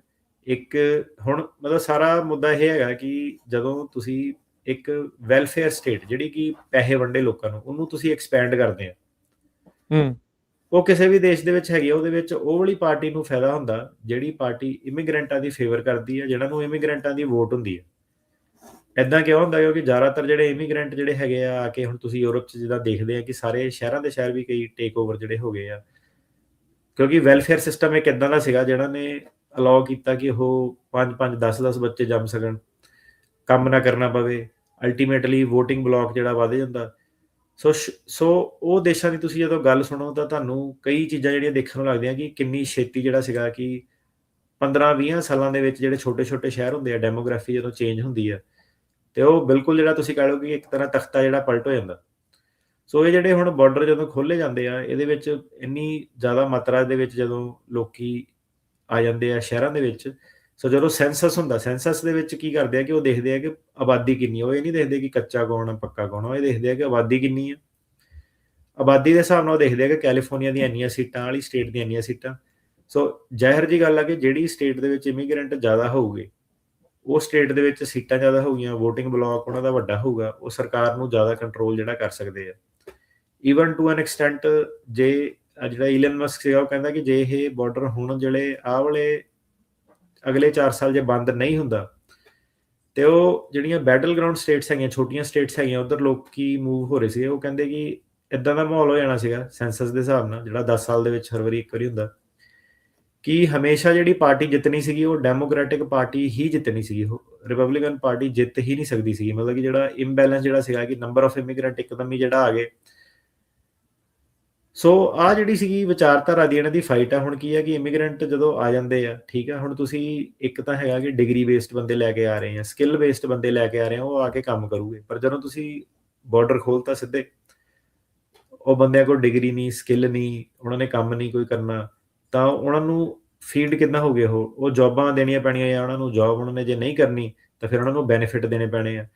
ਜੇ ਉਹਨਾਂ ਨੂੰ ਨਾ ਜੌਬਾਂ ਹੋ ਗਈਆਂ, ਨਾ ਉਹਨਾਂ ਨੂੰ ਬੈਨੀਫਿਟ ਦਓਗੇ, ਤਾਂ ਫਿਰ ਉਹ ਕੀ ਕਰੂਗੇ? ਉਹ ਕ੍ਰਾਈਮ ਕਰੂਗੇ। ਫਿਰ ਤੁਸੀਂ ਦੇਖਿਆ ਕਿ ਇਮੀਗ੍ਰੈਂਟ ਕ੍ਰਾਈਮ ਦੇ ਵਿੱਚ ਕਿੰਨਾ ਵਾਧਾ ਹੋਇਆ। ਸਾਡੀਆਂ ਕਮਿਊਨਿਟੀਆਂ ਦੇ ਵਿੱਚ ਤੁਸੀਂ ਦੇਖਿਆ ਕਿ ਕਿੰਨਾ ਜ਼ਿਆਦਾ ਜਿਹੜਾ ਵਾਧਾ ਹੋਇਆ। ਸੋ ਇਹ ਜਿਹੜੀ ਦੋਨੋਂ ਜਿਹੜੀਆਂ ਪਾਰਟੀਆਂ ਹੈਗੀਆਂ, ਇਹਦੇ ਵਿੱਚ ਜਿਹੜਾ ਸੀਗਾ ਕਿ ਇਹ ਨਹੀਂ ਹੈਗਾ ਕਿ ਇੱਕ ਪਾਰਟੀ ਸਹੀ ਹੈ ਜਾਂ ਗਲਤ ਆ। ਸਵਾਲ ਇਹ ਹੈਗਾ ਕਿ ਬੈਲੈਂਸ ਕਿੱਥੇ ਹੋਣਾ ਚਾਹੀਦਾ, ਠੀਕ ਆ। ਸੋ ਆਪਣੇ ਮਤਲਬ ਇਹ ਹੈ ਕਿ ਇਹਦੇ ਵਿੱਚ ਹੈਗੀ ਸਮਾਰਟ ਆਡੀਅੰਸ। ਇਹ ਨਹੀਂ ਕਿ ਉਹ ਜੇ ਨੇ ਆਹ ਕਹਿਤਾ, ਜੇ ਨੇ ਉਹ ਕਹਿਤਾ, ਹੈਗੇ ਇਦਾਂ ਦੇ ਕਈ ਮਾੜੀ ਮੋਟੀ ਇੱਧਰੋਂ ਕਲਿੱਪ ਕੱਟ ਕੇ ਬਣਾਤੀ। ਪਰ ਆਪਾਂ ਗੱਲ ਜੇ ਓਵਰਆਲ ਕਰਾਂਗੇ, ਕਿਉਂਕਿ ਜਿਹੜੇ ਹੁਣ ਇਮੀਗ੍ਰੈਂਟ ਪੁਰਾਣੇ ਹੋ ਗਏ, ਜਿਹਨਾਂ ਨੂੰ 4-5 ਸਾਲ ਹੋ ਗਏ, ਉਹ ਵੀ ਦੇਖਦੇ ਆ ਕਿ ਜਿਹੜੀਆਂ ਸਾਰੀਆਂ ਚੀਜ਼ਾਂ ਜਦੋਂ ਹੁੰਦੀਆਂ ਕਿ ਮਾਸ ਮਾਈਗ੍ਰੇਸ਼ਨ ਜਿਹੜਾ ਹੁੰਦੀ ਆ, ਉਹਦੇ ਨੁਕਸਾਨ ਵੀ ਜਿਹੜੇ ਹੈਗੇ ਆ ਕਿ ਜਿਹੜਾ ਨਵੀਂ ਵੇਵ ਜਿਹੜੀ ਆਉਂਦੀ ਆ ਕਿ ਉਹ ਪੁਰਾਣੀ ਵਾਲੀ ਵੇਵ ਦੇ ਨਾਲ ਸਿਮੂਲੇਟ ਹੁੰਦੀ ਆ, ਉਹਨਾਂ ਨੂੰ ਐਕਸੈਪਟ ਕਰਦੀ ਆ, ਉਹ ਆਪਣੇ ਤੌਰ ਤਰੀਕੇ ਲੈ ਕੇ ਆਉਂਦੀ ਆ। ਸੋ ਇਹ ਚੀਜ਼ ਦੀ ਜਿਹੜੀ ਫਾਈਟ ਸੀਗੀ। ਹੁਣ ਬਾਈਡਨ ਹੁਣੀ ਆ ਗਏ, ਉਹਨਾਂ ਨੇ ਕੀ ਦੇਖਿਆ ਕਿ ਇਹ ਤਾਂ ਇਮੀਗ੍ਰੇਸ਼ਨ ਘਟ ਗਈ, ਇਹ ਤਾਂ ਹੁਣ ਖੋਲਣੇ ਪੈਣੇ ਆ, ਕਿਉਂਕਿ ਵੋਟਾਂ ਚਾਹੀਦੀਆਂ, ਸੈਂਸਸ ਆ ਰਿਹਾ ਤੇ ਨੰਬਰ ਚਾਹੀਦੇ ਆ। ਤੇ ਬਾਈਡਨ ਹੁਣਾਂ ਨੇ 2022 ਦੇ ਵਿੱਚ ਪਬਲਿਕ ਚਾਰਜ ਰੂਲ ਜਿਹੜਾ ਬਣਾਤਾ। ਹੁਣ ਰਾਜ ਕਰਨ ਜੀ ਕੀ ਹੈਗਾ ਕਿ ਜਿਹੜੇ ਪਬਲਿਕ ਬੈਨੀਫਿਟ ਹੈਗੇ, ਹੁਣ ਆਪਣਾ ਜਿਹੜੇ ਕੰਮ ਕਰਦੇ, ਸਾਨੂੰ ਸਰਕਾਰ ਕਹਿੰਦੀ ਕਿ ਤੁਸੀਂ ਆਪਣੀ ਇੰਸ਼ੋਰੈਂਸ ਲਓ, ਜਾ ਕੇ ਆਪ ਖਰੀਦੋ, ਠੀਕ ਆ। ਜਿਹੜੇ ਬੰਦੇ ਟੈਕਸ ਭਰ ਰਹੇ ਕੰਮ ਕਰ ਰਹੇ ਆ, ਸੋਚ ਕੇ ਦੇਖੋ ਤੁਸੀਂ ਕਿ ਬੰਦਾ ਜਿਹੜਾ ਕੰਮ ਕਰ ਰਿਹਾ, ਉਹਨੂੰ ਕਹਿ ਰਹੇ ਕਿ ਤੂੰ ਆਪ ਲੈ ਕੇ ਜਾ। ਜਿਹੜਾ ਬੰਦਾ ਡਾਇਰੈਕਟਲੀ ਆ ਰਿਹਾ, ਉਹ ਕੈਸ਼ ਤੇ ਕੰਮ ਕਰ ਰਿਹਾ, ਕੁਝ ਵੀ ਆ, ਉਹਨੂੰ ਉਹ ਕਹਿ ਰਿਹਾ ਕਿ ਨਹੀਂ, ਇਹ ਨੀਡੀ ਆ, ਇਹਨੂੰ ਪਬਲਿਕ ਚਾਰਜ ਰੂਲ ਨੂੰ ਰਿਲੈਕਸ ਕਰੋ ਤੇ ਇਹਨਾਂ ਨੂੰ ਹੋਰ ਆਪਸ਼ਨਾਂ ਦਿਓ। ਸੋ 2022 ਦੇ ਵਿੱਚ ਜਿਹੜਾ ਸੀ ਕੀ ਕੀਤਾ ਸੀਗਾ, ਡਿਪਾਰਟਮੈਂਟ ਆਫ ਹੋਮਲੈਂਡ ਸਿਕਿਉਰਿਟੀ ਨੇ ਟੋਟਲੀ ਡਿਫਰੈਂਟ ਅਪਰੋਚ ਕਰ ਲਈ। ਉਹਨੇ ਕਿਹਾ ਕਿ ਟਰੰਪ ਵਾਲਾ ਰੂਲ ਜਿਹੜਾ ਕੈਂਸਲ ਆ। 2022 ਵਾਲਾ ਰੂਲ ਜਿਹੜਾ ਹੈਗਾ ਕਿ ਉਹਨਾਂ ਨੇ ਚੀਜ਼ਾਂ ਚੇਂਜ ਕਰਤੀਆਂ। ਉਹ ਕਹਿੰਦੇ ਕਿ ਸਿਰਫ ਕੈਸ਼ ਅਸਿਸਟੈਂਸ ਜਿਹੜੀ ਹੈਗੀ ਆ ਜਾਂ ਲੌਂਗ ਟਰਮ ਕੇਅਰ ਆ, ਦੋ ਹੀ ਚੀਜ਼ਾਂ ਇਹਦੇ ਵਿੱਚ ਆਉਗੀਆਂ, ਬਾਕੀ ਮੈਡੀਕੇਡ, ਸਨੈਪ, ਸਨੂਪ, ਹਾਊਸਿੰਗ ਸਾਰਾ ਚੱਕਤਾ। ਦੇਖੋ ਕਿ ਇੰਨੀ ਸਾਰੀ ਇਮੀਗ੍ਰੈਂਟ ਦੀ ਉਹਨਾਂ ਨੇ ਵੇਵ ਬੁਲਾ ਲਈ। ਉਹ ਕਹਿੰਦੇ ਆ ਕਿ ਤੁਸੀਂ ਮੈਡੀਕੇਡ ਲੈ ਸਕਦੇ ਆ, ਇੱਥੇ ਆ ਕੇ ਤੁਸੀਂ ਹਾਊਸਿੰਗ ਲੈ ਸਕਦੇ ਆ। ਹੁਣ ਜਿਹੜੇ ਆਪਣੇ ਵੀਰ ਟਰੱਕ ਚਲਾ ਰਹੇ ਆ, ਆਪਣਾ ਵਧੀਆ ਇਨਕਮ ਕਰ ਰਹੇ ਆ, ਤੁਸੀਂ ਐਲੀਜੀਬਲ ਨਹੀਂ ਹੈਗੇ ਇਹਨਾਂ ਚੀਜ਼ਾਂ ਦੇ ਲਈ। ਤੁਸੀਂ ਪੈਸੇ ਦੇ ਰਹੇ ਆ, ਟੈਕਸ ਦੇ ਰਹੇ ਆ। ਐਲੀਜੀਬਲ ਕੌਣ ਹੈਗਾ? ਜਿਹੜਾ ਜਦੋਂ ਉਹਨਾਂ ਨੇ ਬਾਰਡਰ ਖੋਲ੍ਹਤਾ, ਉਹ ਕਹਿੰਦੇ ਕਿ ਤੁਹਾਨੂੰ ਆ ਕੇ ਮੈਡੀਕਲ ਵੀ ਰਾਈਟ ਵੇ ਮਿਲ ਜਾਣੀ ਹੈ, ਤੁਹਾਨੂੰ ਹਾਊਸਿੰਗ ਵੀ ਮਿਲ ਜਾਣੀ ਹੈ। ਸੋ ਇਹਦੇ ਵਿੱਚ ਵੀਡੀਓ ਵੀ ਸੋਸ਼ਲ ਮੀਡੀਆ ਦੇ ਵਿੱਚ ਹੈਗੀਆਂ ਕਿ ਲੋਕੀ ਆਰਾਮ ਨਾਲ ਟੌਰ ਟੱਪੇ ਨਾਲ। ਇੱਕ ਮੈਂ ਵੀਡੀਓ ਦੇਖੀ, ਬੜੀ ਵਾਇਰਲ ਹੋਈ ਸੀਗੀ। ਉਹ ਰਿਪੋਰਟਰਾਂ ਨੂੰ ਇੰਟਰਵਿਊ ਕਰਦਾ, 3-4 ਬੰਦੇ ਹੁੰਦੇ ਆ, ਬੜੀ ਵਧੀਆ ਜੀ ਸਿਹਤ ਵਾਲੇ, ਤੇ ਉਹ ਕਹਿੰਦਾ ਕਿ ਤੁਸੀਂ ਤੇ ਸਹੀ ਲੱਗਦੇ ਆ। ਕਹਿੰਦਾ ਆਹੋ, ਕਹਿੰਦਾ ਤੁਹਾਡੀ ਕੰਟਰੀ ਦੀ ਬੇਵਕੂਫੀ ਆ, ਕਹਿੰਦਾ ਤੁਸੀਂ, ਕਹਿੰਦਾ ਇਦਾਂ ਦੀਆਂ ਚੀਜ਼ਾਂ ਸਾਨੂੰ ਦਿੰਦੇ ਆ, ਕਹਿੰਦਾ ਸਾਨੂੰ ਲੋੜ ਨਹੀਂ ਹੈਗੀ। ਕਹਿੰਦਾ ਉਹ ਤਾਂ ਕਹਿੰਦਾ ਸਾਨੂੰ ਆ ਵੀ ਦਿੰਦੇ ਆ, ਬੈਨੀਫਿਟ ਵੀ ਦਿੰਦੇ ਆ, ਕੈਸ਼ ਵੀ ਦਿੰਦੇ ਆ, ਤੇ ਕਹਿੰਦਾ ਸਾਨੂੰ ਕੰਮ ਕਰਨ ਦੀ ਲੋੜ ਨਹੀਂ ਹੈਗੀ ਕੁਝ ਸਾਲ, ਹਨਾ। ਤੇ ਆਹ ਜਿਹੜੀਆਂ ਚੀਜ਼ਾਂ ਜਿਹੜੀਆਂ ਹੁੰਦੀਆਂ ਕਿ ਹਾਊਸਿੰਗ ਦੇਤੀ, ਉਹ ਦੇਤਾ, ਇਹਦਾ ਅਲਟੀਮੇਟਲੀ ਕੀ ਸੀਗਾ ਕਿ ਜਿਹੜਾ ਭੁਗਤਾਨ ਆ ਉਹ ਜਨਤਾ ਨੂੰ ਹੀ ਕਰਨਾ ਪੈਂਦਾ। ਦੂਸਰੀ ਚੀਜ਼ ਇਹ ਹੈ ਕਿ ਜਿਹਨਾਂ ਨੂੰ ਐਕਚੁਅਲ ਦੇ ਵਿੱਚ ਲੋੜ ਹੈਗੀ ਆ, ਹੁਣ ਅਨਲਿਮਿਟਿਡ ਜ਼ਰੂਰਤਮੰਦ ਨੂੰ ਮਿਲਦਾ ਨਹੀਂ। ਬੰਦੇ ਨੂੰ ਮਿਲਦਾ ਨਹੀਂ। ਹੁਣ ਕੱਲ ਨੂੰ ਐਂ ਵੀ ਤਾਂ ਹੋ ਸਕਦਾ ਹੈ ਨਾ, ਕਿਸੇ ਬੰਦੇ ਦੀ ਜੌਬ ਚਲ ਗਈ, ਮਾੜਾ ਟਾਈਮ ਆ ਗਿਆ, ਬਿਜ਼ਨਸ ਚਲ ਗਿਆ, ਡਿਸੇਬਿਲਿਟੀ ਹੋ ਗਈ, ਕੁਛ ਹੋ ਗਿਆ। ਹੈ ਨਾ, ਅਮਰੀਕਨ ਸਿਟੀਜ਼ਨ, ਉਹਨਾਂ ਦੇ ਲਈ ਇਹ ਪ੍ਰੋਗਰਾਮ ਜਿਹੜੇ ਬਣੇ ਸੀਗੇ। ਪਰ ਜਿਹੜੇ ਸੀਗੇ, ਜਦੋਂ ਇੰਨੀ ਮਾਸ ਮਾਈਗ੍ਰੇਸ਼ਨ ਹੋਈ, ਕੀ ਸੀਗਾ ਕਿ ਪ੍ਰੋਗਰਾਮ ਤਾਂ ਸਾਰੇ ਉਦਾਂ ਦੇ, ਹੁਣ ਪ੍ਰੋਗਰਾਮ ਤੇ ਬੋਝ ਕਿੰਨਾ ਪੈ ਜਾਂਦਾ। ਤੇ ਉਹਦੇ ਕਰਕੇ ਸੀਗਾ ਕਿ ਇੱਕ ਤਾਂ ਪ੍ਰੋਗਰਾਮਾਂ ਦਾ ਕੰਮ ਜਿਹੜਾ ਹੋ ਗਿਆ, ਤੁਸੀਂ ਦੇਖੋ ਕਿ ਵੇਟ ਟਾਈਮ ਹੈਲਥ ਕੇਅਰ ਜਿਹੜੀ ਸੀਗੀ, ਕੋਈ ਏਦਾਂ ਨਹੀਂ ਹੈਗਾ ਕਿ ਤੁਸੀਂ ਕਹੋਗੇ ਕਿ ਅਮਰੀਕਾ ਦੀ ਬੈਸਟ ਹੈਗੀ ਹੈ, ਨਹੀਂ ਹੈਗੀ ਬੈਸਟ। ਵੇਟ ਵੂਟ ਟਾਈਮ ਇੱਥੇ ਤੁਹਾਨੂੰ ਪਤਾ, ਡਾਕਟਰ ਨਾਲ ਤੁਸੀਂ ਅਪਾਇੰਟਮੈਂਟ ਲੈਣੀ ਮਹੀਨਾ 2-2 ਮਹੀਨੇ ਵੀ ਲੱਗ ਕਿੰਨੇ ਮਹੀਨੇ ਇੰਤਜ਼ਾਰ ਕਰਨਾ ਪੈਂਦਾ। ਸੋ ਪਹਿਲਾਂ ਏਦਾਂ ਦੀਆਂ ਚੀਜ਼ਾਂ ਨਹੀਂ, ਸੋ ਇਹ ਸੀਗਾ ਕਿ ਸਿਸਟਮ ਸਟ੍ਰੈਚ ਹੋਣ ਲੱਗ ਪਏ, ਠੀਕ ਹੈ। ਸੋ ਬਾਈਡਨ ਸਰਕਾਰ ਕਹਿੰਦੀ ਕਿ ਕਾਂਗਰਸ ਜਿਹੜੀ ਸੀਗੀ, ਉਹ ਹੁਣ ਬਾਈਡਨ ਉਹਨਾਂ ਨੇ ਆਪਣਾ ਨਵਾਂ ਪਾਤਾ, ਉਹ ਕਹਿੰਦੇ ਕਿ ਕਾਂਗਰਸ ਦਾ ਕੁਝ ਵੀ ਏਦਾਂ ਦਾ ਨਹੀਂ ਸੀਗਾ ਕਿ ਤੁਸੀਂ ਰੂਟੀਨ ਪਬਲਿਕ ਬੈਨੀਫਿਟ ਨਹੀਂ ਲੈ ਸਕਦੇ ਆ, ਤੁਸੀਂ ਲੈ ਸਕਦੇ ਆ, ਹਿਊਮੈਨਿਟੀ ਦੇ ਸੇਕ ਦੇ ਕਰਕੇ ਤੁਹਾਨੂੰ ਲੋੜ ਵੀ ਹੁੰਦੀ ਹੈ ਬੈਨੀਫਿਟ ਦੀ। ਬਾਈਡਨ ਸਰਕਾਰ ਕਹਿੰਦੀ ਕਿ ਕਿਉਂਕਿ ਤੁਸੀਂ ਜਦੋਂ ਫੀਅਰ ਪਾ ਦਿੰਦੇ ਆ, ਡਿਸਕਰੇਜ ਕਰ ਦਿੰਦੇ ਆ ਲੋਕਾਂ ਨੂੰ, ਤੇ ਇਹਦੇ ਨਾਲ ਯੂਐਸ ਸਿਟੀਜ਼ਨ ਵੀ ਡਿਸਕਰੇਜ ਹੋ ਜਾਂਦੇ ਆ, ਜਿਹੜੇ ਮਿਕਸਡ ਰੇਸ ਵਾਲੇ ਹਾਊਸ ਹੋਲਡ ਜਿਹੜੇ ਹੈਗੇ ਆ, ਜਿਹਦੇ ਵਿੱਚ ਇੱਕ ਯੂਐਸ ਸਿਟੀਜ਼ਨ, ਇੱਕ ਇਮੀਗ੍ਰੈਂਟ ਆ, ਉਹਨਾਂ ਦੇ ਜਵਾਕਾਂ ਨੂੰ ਪ੍ਰੋਬਲਮ ਹੁੰਦੀ ਆ। ਸੋ ਪੁਆਇੰਟ ਇਹਨਾਂ ਦਾ ਵੀ ਇੱਕ ਤਰੀਕੇ ਦਾ ਜਿਹੜਾ ਹੈਗਾ, ਪਰ ਗੱਲ ਹੁਣ ਸਾਰੀ ਇਹ ਹੈਗੀ ਕਿ ਇੱਕ ਬੈਲੈਂਸਿੰਗ ਅਪਰੋਚ ਜਿਹੜੀ ਚਾਹੀਦੀ ਹੈ 50-50 ਵਾਲੇ ਲੈਵਲ ਤੇ। ਮਤਲਬ ਇੱਕ ਪਾਰਟੀ ਇੱਧਰਲੇ ਪਾਸੇ ਨੂੰ ਲੈ ਜਾਂਦੀ ਹੈ ਚੀਜ਼, ਦੂਜੀ ਪਾਰਟੀ ਬਿਲਕੁਲ ਦੂਜੇ ਪਾਸੇ ਨੂੰ ਲੈ ਜਾਂਦੀ ਆ, ਤੇ ਇੱਕ ਬੈਲੈਂਸਿੰਗ ਜੇ ਅਪਰੋਚ ਹੁੰਦੀ ਕਿ ਕਿਹੜੇ ਬੰਦੇ ਲੈ ਸਕਦੇ ਆ ਬੈਨੀਫਿਟ, ਕਿਹੜੇ ਨਹੀਂ ਲੈ ਸਕਦੇ ਆ, ਉਹ ਇਹਨਾਂ ਨੂੰ ਚਾਹੀਦਾ ਸੀਗਾ, ਉਹਨਾਂ ਨੇ ਕੀਤਾ ਨਹੀਂ। ਉਹ ਇੱਕ ਪਾਸੇ ਨੂੰ ਐਕਸਟ੍ਰੀਮ ਟਰੰਪ ਲੈ ਗਿਆ, ਫਿਰ ਬਾਈਡਨ ਲੈ ਗਿਆ, ਉਹ ਕਹਿੰਦਾ ਸਾਰਿਆਂ ਨੂੰ ਆਉਣ ਦਿਓ, ਕਿਸੇ ਨੂੰ ਡਿਪੋਰਟ ਨਹੀਂ ਕਰਨਾ। ਹੁਣ ਟਰੰਪ ਹੁਣੀ ਵਾਪਸ ਆ ਗਏ ਆ, ਕਿਉਂਕਿ ਉਹਨਾਂ ਨੇ ਇਹਨਾਂ ਨੂੰ ਲੀਗਲ ਚੈਲੰਜ ਵੀ ਜਿਹੜੇ ਕਾਫੀ ਹੁੰਦੇ ਆ, ਲਾਅ ਸੂਟ ਵੀ ਕਾਫੀ ਜਿਹੜੇ ਹੁੰਦੇ ਆ। ਇਹਨਾਂ ਨੇ ਹੁਣ ਜਿਹੜਾ ਬੜੀ ਸ਼ੈਤਾਨੀ ਦੇ ਨਾਲ ਜਿਹੜਾ ਸੀਗਾ ਰੂਲ ਚੇਂਜ ਕੀਤਾ। ਇਹ ਕੀ ਕਹਿੰਦੇ ਆ ਕਿ ਜਿਹੜੀ 2022 ਦੀ ਪਾਲਿਸੀ ਆ ਬਾਈਡਨ ਦੀ, ਉਹ ਕਾਂਗਰਸ ਦੇ ਇਰਾਦੇ ਨਾਲ ਮੈਚ ਨਹੀਂ ਹੁੰਦੀ, ਬਹੁਤ ਜ਼ਿਆਦਾ ਰਿਸਟ੍ਰਿਕਟਿਵ ਹੈ, ਸਿਰਫ 2 ਹੀ ਚੀਜ਼ਾਂ ਦੀ ਗੱਲ ਕਰਦੀ ਹੈ, ਕੈਸ਼ ਦੀ ਤੇ ਲੌਂਗ ਟਰਮ ਕੇਅਰ ਦੀ। ਪਰ ਜਿਹੜੇ ਬਾਕੀ ਬੈਨੀਫਿਟ ਜਿਹੜੇ ਹੈਗੇ ਆ, ਉਹ ਵੀ ਸਾਨੂੰ ਦੇਖਣੇ ਪੈਣੇ ਆ। ਸੋ ਜਿਹੜਾ ਨਵਾਂ ਰੂਲ ਹੁਣ ਟਰੰਪ ਨੇ ਬਣਾਇਆ ਤਾਂ ਕਿ ਇਹਨੂੰ ਲੀਗਲ ਚੈਲੰਜ ਨਾ ਆਵੇ, ਇਹ ਕੀ ਕਹਿੰਦਾ ਹੈ ਕਿ ਕਾਂਗਰਸ ਨੇ ਅਫਸਰਾਂ ਨੂੰ ਪਾਵਰ ਦਿੱਤੀ ਹੈ, ਤੁਸੀਂ ਦੇਖਣਾ ਕਿ ਕਿੱਦਾਂ ਉਹਨਾਂ ਦੀ ਡਿਸਕ੍ਰਿਸ਼ਨ ਤੇ ਛੱਡਤਾ ਹੈ ਸਾਰਾ ਕੁਝ, ਡਿਸਕ੍ਰਿਸ਼ਨ ਤੇ ਛੱਡਤਾ। ਉਹ ਕਹਿੰਦੇ ਕਿ ਤੁਸੀਂ ਹਰੇਕ ਚੀਜ਼ ਦੇਖਣੀ। ਇਹਨਾਂ ਨੇ ਕਿਸੇ ਵੀ ਚੀਜ਼ ਦਾ ਨਾਮ ਨਹੀਂ ਲਿਆ ਕਿ ਮੈਡੀਕੇਡ ਹੈਗੀ ਕਿ ਨਹੀਂ ਹੈਗੀ। ਸੋ ਸ਼ੈਤਾਨੀ ਇਹਨਾਂ ਨੇ ਇਹ ਕੀਤੀ, ਇਹਨਾਂ ਨੇ ਆਫਿਸਰ ਤੇ ਛੱਡਤਾ, ਜਿਹੜਾ ਲਾਅ ਉਹ ਆਫਿਸਰ ਤੇ ਕਹਿੰਦਾ। ਹੁਣ ਆਫਿਸਰ ਇਹ ਕੀ ਕਰਦੇ ਆ, ਆਫਿਸਰ ਨੂੰ ਅਟਾਰਨੀ ਟਰਕਿਆਣਾ ਜੀ ਮੈਮੋ ਘੱਲਤਾ ਇੰਟਰਨਲੀ। ਹੁਣ ਦੇਖੋ ਜੇ ਮੈਮੋ ਘੱਲੂਗੇ ਤਾਂ ਉਹ ਲਾਅ ਸੂਟ ਹੋ ਜਾਣਾ ਉਹਦੇ ਉੱਤੇ। ਹੁਣ ਆਫਿਸਰ ਜਾਂ ਜੱਜ ਜਾਂ ਕੋਈ ਵੀ ਆ, ਉਹਨਾਂ ਦੀ ਤੁਸੀਂ ਕਹਿ ਲਓ ਕਿ ਚਾਬੀ ਨਾਲ ਥੋੜਾ ਜਿਹਾ ਉਹਨਾਂ ਨੂੰ ਟਾਈਟ ਕਰਕੇ ਸਾਰਿਆਂ ਨੂੰ ਆਲਰੇਡੀ ਰੱਖਿਆ ਹੋਇਆ ਵੀਜ਼ੇ ਵੂਜ਼ੇ, ਤੇ ਵੈਸੇ ਵੀ ਜਿਹੜੇ ਦਿੰਦੇ। ਸੋ ਉਹਨਾਂ ਨੇ ਕੀ ਕੀਤਾ ਕਿ ਲਿਟੀਗੇਸ਼ਨ ਵਾਲੇ ਭੰਬਲ ਭੂਸੇ 'ਚ ਪੈਣ ਹੀ ਨਾ, ਇਹਨਾਂ ਨੇ ਬੇਸਿਕਲੀ ਜਨਰਲ ਜਿਹਾ ਰੱਖਿਆ ਕਿ ਉਹ ਆਫਿਸਰ ਦੀ ਮਰਜ਼ੀ ਹੈਗੀ ਆ। ਹੁਣ ਸ਼ੋਰ ਜੇ ਕੋਈ ਕਿਤੇ ਕੋਈ ਚੰਗਾ ਆਫਿਸਰ ਉਹ ਕਰ ਦੂਗਾ, ਪਰ ਆਫਿਸਰ ਦੇ ਵੀ ਉੱਤੇ ਸੀਨੀਅਰ ਹੁੰਦੇ ਹੋਣੇ ਆ, ਅੱਖਾਂ ਦਿਖਾਉਣ ਵਾਲੇ, ਤੇ ਕਈ ਹੁੰਦੀਆਂ ਹੋਣੀਆਂ, ਰਾਈਟ। ਤੇ ਉਸ ਕਰਕੇ ਜਿਹੜਾ ਸੀਗਾ ਇਹ ਰੂਲ ਜਿਹੜਾ ਸੀਗਾ ਕਾਫੀ ਡੇਂਜਰਸ ਆ। ਇਹਦੇ ਵਿੱਚ ਹੁਣ ਨਵੇਂ ਰੂਲ ਦੇ ਵਿੱਚ ਕੋਈ ਮੈਡੀਕੇਡ, ਸਨੈਪ, ਹਾਊਸਿੰਗ ਕੋਈ ਵੀ ਇਦਾਂ ਦੀ ਚੀਜ਼ ਨਹੀਂ ਲਿਖੀ। ਇਹ ਕਹਿੰਦੇ ਆ ਕਿ ਕੋਈ ਵੀ ਸਿੰਗਲ ਫੈਕਟਰ ਨਹੀਂ ਹੋਣਾ ਚਾਹੀਦਾ, ਆਫਿਸਰ ਨੇ ਜਿਹੜਾ ਸੀਗਾ ਸਾਰੇ ਫੈਕਟਰ ਜਿਹੜੇ ਦੇਖਣੇ ਆ। ਤੇ ਇਹਦੇ ਵਿੱਚ ਜਿਹੜੇ ਹੁਣ ਲੋਕੀ ਬਾਹਰ ਵੀਜ਼ਾ ਲੈਣ ਜਾਓਗੇ, ਫੈਮਿਲੀ ਵਾਲੇ ਜਾਂ ਜਿਹੜਾ ਨੇ ਇੱਥੇ 485 ਕੀਤਾ, ਠੀਕ ਆ, ਤੇ ਜਾਂ ਫਿਰ ਵੀਜ਼ਾ ਲੱਗਣ ਤੋਂ ਬਾਅਦ ਉਹ ਇੱਥੇ ਵਾਪਸ ਵੀ ਆ ਰਹੇ ਆ, ਘੁੰਮਣ ਫਿਰਨ ਆ ਰਹੇ ਆ। ਤੇ ਮੋਸਟਲੀ ਉਦਾਂ ਦੇ ਲੋਕ ਇਹਦੇ ਵਿੱਚ ਆਉਗੇ ਜਿਹੜੇ ਹੁਣ ਘਰ ਦੇ ਆ, ਜਿਹਨਾਂ ਦੇ ਏਜਡ ਘਰ ਦੇ ਆ। ਉਹਨੂੰ ਹੁਣ ਜੇ ਆਫਿਸਰ ਸਿੱਧੇ ਡਿਨਾਈ ਕਰਦੇ ਕਿ ਨਹੀਂ ਤੁਸੀਂ ਏਜਡ ਆ, ਤੁਸੀਂ ਕੰਮ ਨਹੀਂ ਕਰ ਸਕਦੇ, ਤੁਹਾਡੇ ਕੋਲ ਡਿਗਰੀ ਨਹੀਂ ਆ, ਮੈਨੂੰ ਲੱਗਦਾ ਕਿ ਤੁਸੀਂ ਜਾ ਕੇ ਬਰਡਨ ਬਣ ਜਾਣਾ, ਤੇ ਦੈਟਸ ਇਟ, ਵੀਜ਼ਾ ਡਿਨਾਈ। ਭਾਵੇਂ ਤੁਸੀਂ ਕਿੰਨੀ ਦੇਰ ਮਰਜ਼ੀ ਵੇਟ ਕੀਤੀ ਆ, ਠੀਕ ਆ, ਭੈਣ ਭਰਾ ਵਾਲੇ ਕੇਸ ਆ, ਉਹਨੂੰ ਤੁਸੀਂ 15 ਸਾਲ ਵੇਟ ਕੀਤੀ ਆ, ਪਰ ਉਹ ਕਹੋਗੇ ਕਿ ਨਹੀਂ ਤੁਹਾਡੀ ਉਮਰ ਜ਼ਿਆਦਾ, ਤੁਹਾਡੇ ਕੋਲ ਤੁਹਾਡਾ ਜਿਹੜਾ ਯੂਐਸ ਸਿਟੀਜ਼ਨ ਦਾ ਰਿਲੇਟਿਵ ਆ ਉਹਨੇ ਵੀ ਬੈਨੀਫਿਟ ਲਏ ਆ, ਉਹ ਆਪ ਬੈਨੀਫਿਟ ਲੈਂਦਾ, ਤੇ ਤੁਹਾਨੂੰ ਕਿੱਦਾਂ ਰੱਖੂਗਾ। ਸੋ ਇਹ ਕਈ ਚੀਜ਼ਾਂ ਹੁਣ ਮਤਲਬ ਕਿ ਖੋਲ੍ਹਤਾ ਇਹਨਾਂ ਨੇ ਪਟਾਰਾ, ਤੇ ਉਹਨਾਂ ਕੋਲ ਹੋਰ ਬਹਾਨੇ ਜਿਹੜੇ ਆ ਗਏ ਆ ਤੇ ਉਹ ਕੇਸ ਡਿਨਾਈ ਕਰ ਸਕਦੇ ਆ। ਇਹਦੇ ਵਿੱਚ ਥੋੜਾ ਜਿਹਾ ਹੋਰ ਐਕਸਪੈਂਡ ਕਰਕੇ ਅਟਾਰਨੀ ਟਰਕਿਆਣਾ ਜੀ ਜਿਹੜਾ ਉਹ ਦੱਸਿਓ ਵੀ ਇਹ ਜਿਹੜੇ ਹੁਣ ਰੂਲ ਚੇਂਜ ਹੋਏ, ਇਹਦੇ ਨਾਲ ਇਫੈਕਟ ਕੌਣ ਜਿਹੜੇ ਉਹ ਹੋ ਰਹੇ ਆ। ਜਿੱਦਾਂ ਮੈਡੀਕੇਡ ਦੀ ਵੀ ਤੁਸੀਂ ਗੱਲ ਕੀਤੀ, ਵਿੱਚ ਸਨੈਪ ਦੀ, ਮੈਡੀਕੇਡ ਦੀ ਵੀ, ਕੀ ਇਹ ਜਿਹੜੀਆਂ ਚੀਜ਼ਾਂ ਆ, ਜੇ ਆਪਾਂ ਮੈਡੀਕੇਡ ਤੇ ਸਨੈਪ ਵਾਲੀ ਜਿਹੜੀ ਉਹ ਗੱਲ ਕਰੀਏ, ਕੀ ਇਹਦੇ ਨਾਲ ਵੀ ਡਿਨਾਇਲ ਜਿਹੜਾ ਉਹ ਹੋਊਗਾ?